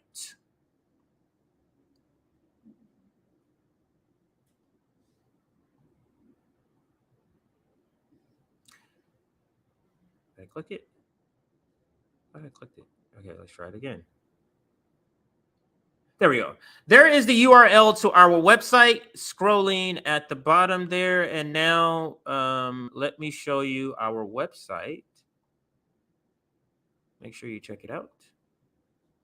This is what it looks like. See our story, what some of our core beliefs, who we are, some photos. You will see our latest clip there that was dropped this morning, our mission at the bottom. And some other tabs here, some contact information, contact with our members, contact, like email contacts, that is. Alongside here, we have RBN, you have About Us, you have RBN chapters, RBN library, media, our summits, outreach.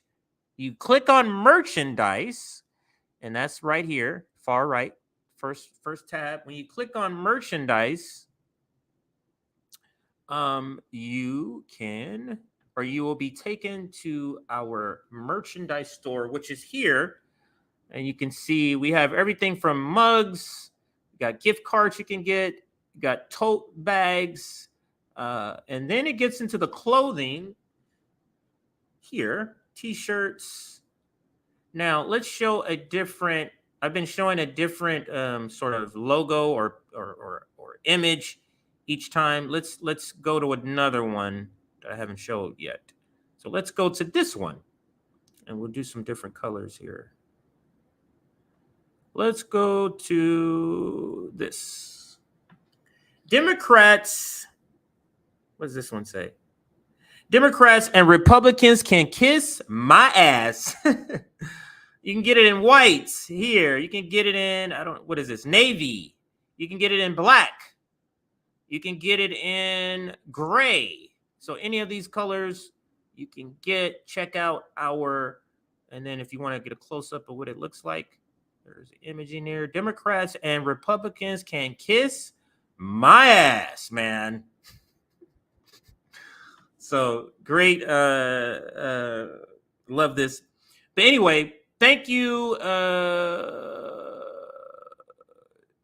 the web designer and Aaron, for all the work they did to put these graphics for our merchandise store together. Just shout out, just another reason to donate to Aaron, to the fundraiser we have for Aaron. We're raising money to pay her fair labor value. Now let's get back to the article. That's enough announcements. We're going to get to the article right here. This is Class Warfare. It's the name of this article, or partial name of this article. And it's written by William Lehman. So let's start here, Aaron. The battle against automakers is more than a strike. It's class warfare. And this is written by William Lehman, and he is a former candidate for UAW president. He's a UAW rank and file still, auto worker. And he ran for president last year, came close, but he's very radical. And let's read this article. Let's dive right into it. Where is it? What the hell is? Oh, okay, I can close it. Let me see what it looks like if we listen to it. Let me see if it's any better if we do the listening part. It'll come on. Just a quick word from our sponsor. Yeah! Oh, Lord. Carl's Jr.'s new Big Char Chili Burger is big on charbroil. Okay, so what I'm going to do is turn the volume down and let this play and then bring it back up. So let's take this off because I do want to get through this. You see how the capitalism doesn't allow any room. You want to know information? You need to hear from a capitalist try to sell you something. Truly disturbing.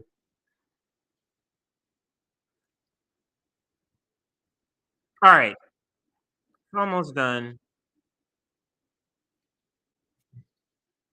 Okay, now let's add it back. Automakers is more than a strike. It's class warfare. Opinion by William Lehman. On Friday, President Biden spoke from the White House about the auto workers' strike, calling for the car corporations and the United Auto Workers to reach a win-win agreement for workers. Record profits have not been shared fairly, in my view, with those workers, Biden said. Workers deserve a fair share of the benefits they helped create for an enterprise. Biden's remarks raise fundamental questions about the distribution of wealth in the United States. Much more than a contract dispute is involved.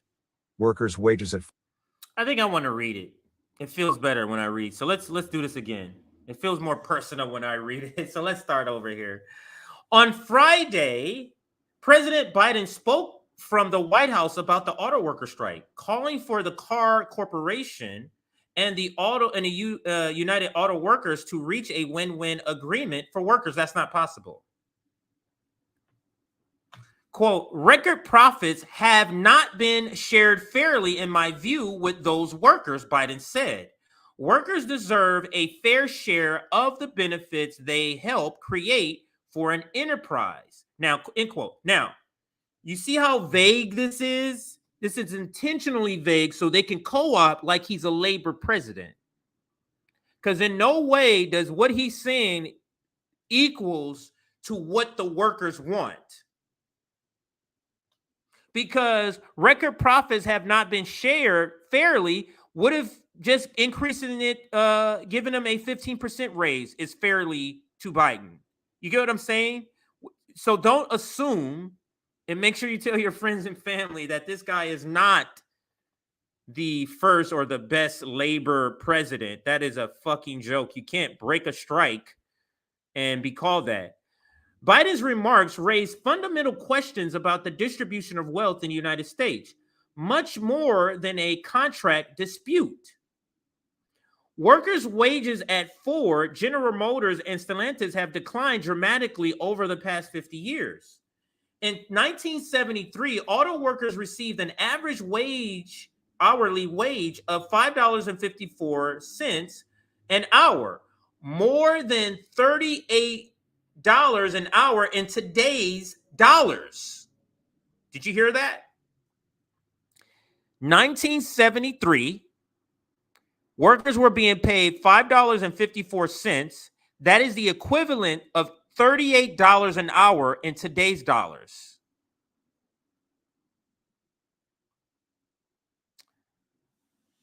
How is that not class warfare? That the equivalent would be $38. Is that it today? It's not. I think some of the lower end temp people are getting paid $15, $16 an hour. Because they hire in as a temp and have you work as a temp for several years. I've been through that. And you always have them temp on in hopes of I'm gonna be an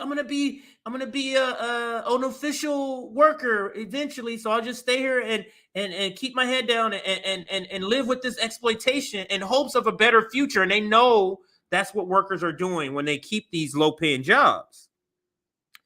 I digress. Let's continue. If that wage had merely kept up with inflation, setting aside the massive increase in production over that time, auto workers would be making nearly $40 an hour.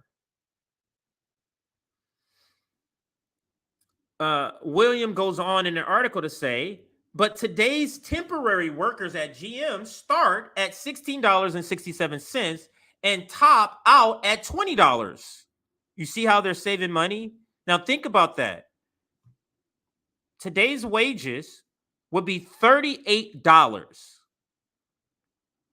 Look where the temp caps out at $28. That's $18 stolen labor value just right there. That's not even counting even the means of production. I'm just saying based off of inflation and just wages going up, $18 difference. Just about twice the amount. And let's continue. Did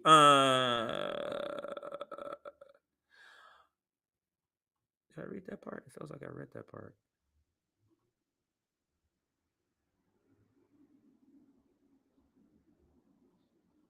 Okay, yeah, I did. All right, so yeah, this is where I'm starting. But today, temporary workers at GM start at $16.67 and top out at $20, half as much as workers 5 decades ago. Should temps be lucky enough to be given full-time status, their top pay is capped at just over $32. So even still, let's say that's the top. So even when you get to the top where you think, oh, I'm making a lot of money, it's still $6 less than what the same position was making in 1973, almost 50 years ago.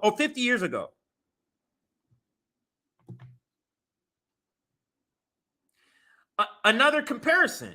GM CEO Mary Barra received a $28.9 million compensation package in 2022. She made approximately $2.4 million a month, $550,000 a week, $110,000 a day, or an hourly rate of $13,800. Do you see that? $13,800.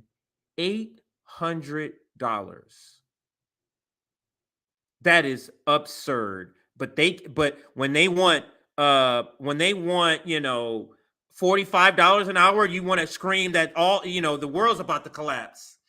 The difference between the two, however, is that every penny at Barra's pay package is ultimately derived from the value produced by the labor of the working class. Spot on. She tried to say in an interview, oh, that's based on my production. You aren't doing the work, though. The people who work under you are doing the work. So your production is based off of your workers. I mean, this is literally easy to do. I mean, I don't think at all she doesn't know that. She's pretending not to mention that. But how can Biden fair share be distributed between a corporate executive making $13,894 an hour and a temp making $20 an hour? Where is the fair share mark in there? The conventional argument made by champions of the free market system is that executives are paid by their performance, by which is meant their ability to deliver for Wall Street. They make millions because the shareholders receive billions. And how much profit have the companies made? In 2022, GM, Ford, and Stellantis made a combined $77 billion in gross profits. If that $77 billion were distributed among all 150,000 Big Three auto workers in the U.S., each worker would receive a bonus of roughly $500,000. And this is what it looks like to seize the means of production. This is stolen labor value. 150 workers should be taking home $500,000 if the workers own the companies. That is a stark realization to see that number, $500,000 based on the money they made. Of course, GM, Stellantis, and Ford employed many thousands of more workers around the world, and their labor is also exploited to produce the billions which accrue to the shareholders. There are also the vast supply chains workers throughout the auto part plants who are integral to the productive process. The president claims a win-win contract that workers and the corporate owners can be reached, but Biden, the veterans capitalist politician, knows that's impossible. What the president is trying to cover up is that workers and the corporate oligarchies have a fundamental, irreconcilable class interest. This is why I say I think this guy's a Marxist. There is no fair share in a setup in which investors get billions, executives get millions, and workers get pennies. There is an approaching day of reckoning with social realities that have long been concealed and covered up. Workers are increasingly aware of the vastly unequal society in which they live and are looking for a way to change it. That's why when I ran as a socialist in the UAW 22 elections, I received 5,000 votes from auto workers, despite efforts by the union apparatus to suppress the vote, resulting in a turnout of just 9%. UAW President Shawn Fain has taken to denouncing corporate greed and billionaire class. In reality, Fain and the union bureaucracy he oversees serves an essential function on behalf of corporation. They block or limit strike, as they are currently doing, isolating a walkout at the Big Three to just 3 plants, and enforce the demand of management, imposing one sellout concessionary contract after the other for the past 45 years. For these services, the bureaucracies receive their own payout, including 6-figure salaries that put them in the top 5% of income earners and affluent upper middle class. And I'm going to stop there for the sake of time. I'm going to be ending here, but this is a great article. If you are a Marxist, if you're into this type of stuff, you're into theory, this will be a great read for you. You'll love to read this sort of theory applied through this auto worker strike. So check it out. It's on Newsweek or it's on WorldStar World Socialist website. They kind of just published it there. It was first came out on Newsweek, and they just republished it, I believe, this morning or yesterday morning. So check it out. All right, so I do have to get going. We're gonna do another check here, and I do have to shout out some super chat. So let's do that. Today is Tuesday, right? Yeah, Tuesday. All right, so analytics wise, we are currently at 432 people have hit that like button. If we can get 70 more people to hit, so we can hit 500. 70 more people to hit that like button, we can get to 500 before the stream ends. And here goes some super chats. Here is DC. Gavin Newsom equal Patrick Bateman, American Psycho. He does. That is a good one. Thank you, DC. Here's another one from DC. Meaning all primaries can be decided by leadership.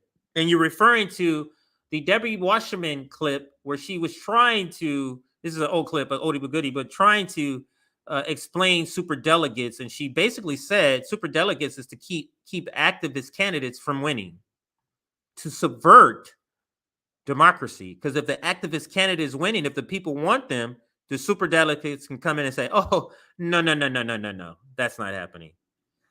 There's another one from DC. To be all political parties are private corporations by law, and therefore the federal DNC fraud lawsuit ruling technically applies equally to all parties. That is true. Thank you, DC. So all those super chats from DC. Thank you, DC, for hooking those super chats up for today. I'm going to be getting out of here now. Don't forget, tonight in another 4 hours, we're back here on Revolutionary Blackout Network. Okay, here goes. Zoya says, do any of you want to join the RBN chat on Twitter? We do have a DM group for all of those who support us. So like a supporters DM group. So if you would like to be a part of that, what could they do? DM the main Twitter account. So if you have a Twitter account and you want to be part of the DM group that supports us, these are all of our supporters. So RBN supporters DM group. Contact Zoya if you know her on Twitter. If not, you can DM the Twitter account for Revolutionary Blackout. DM the Twitter account, and we'll get somebody on there. So thank you, Zoya, for that. And we're going to get out of here. We're not going to do any outro videos because I got to get going and I can't sit for an outro video to play. So, but thank you again for watching. I read the super chats. This was a great show. Let me see what I did not get a chance to get to.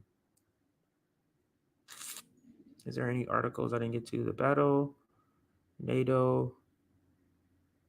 No, I got to everything today. So perfect. All right. So it was a great stream. Thanks, everybody. Have a good rest of your Tuesday.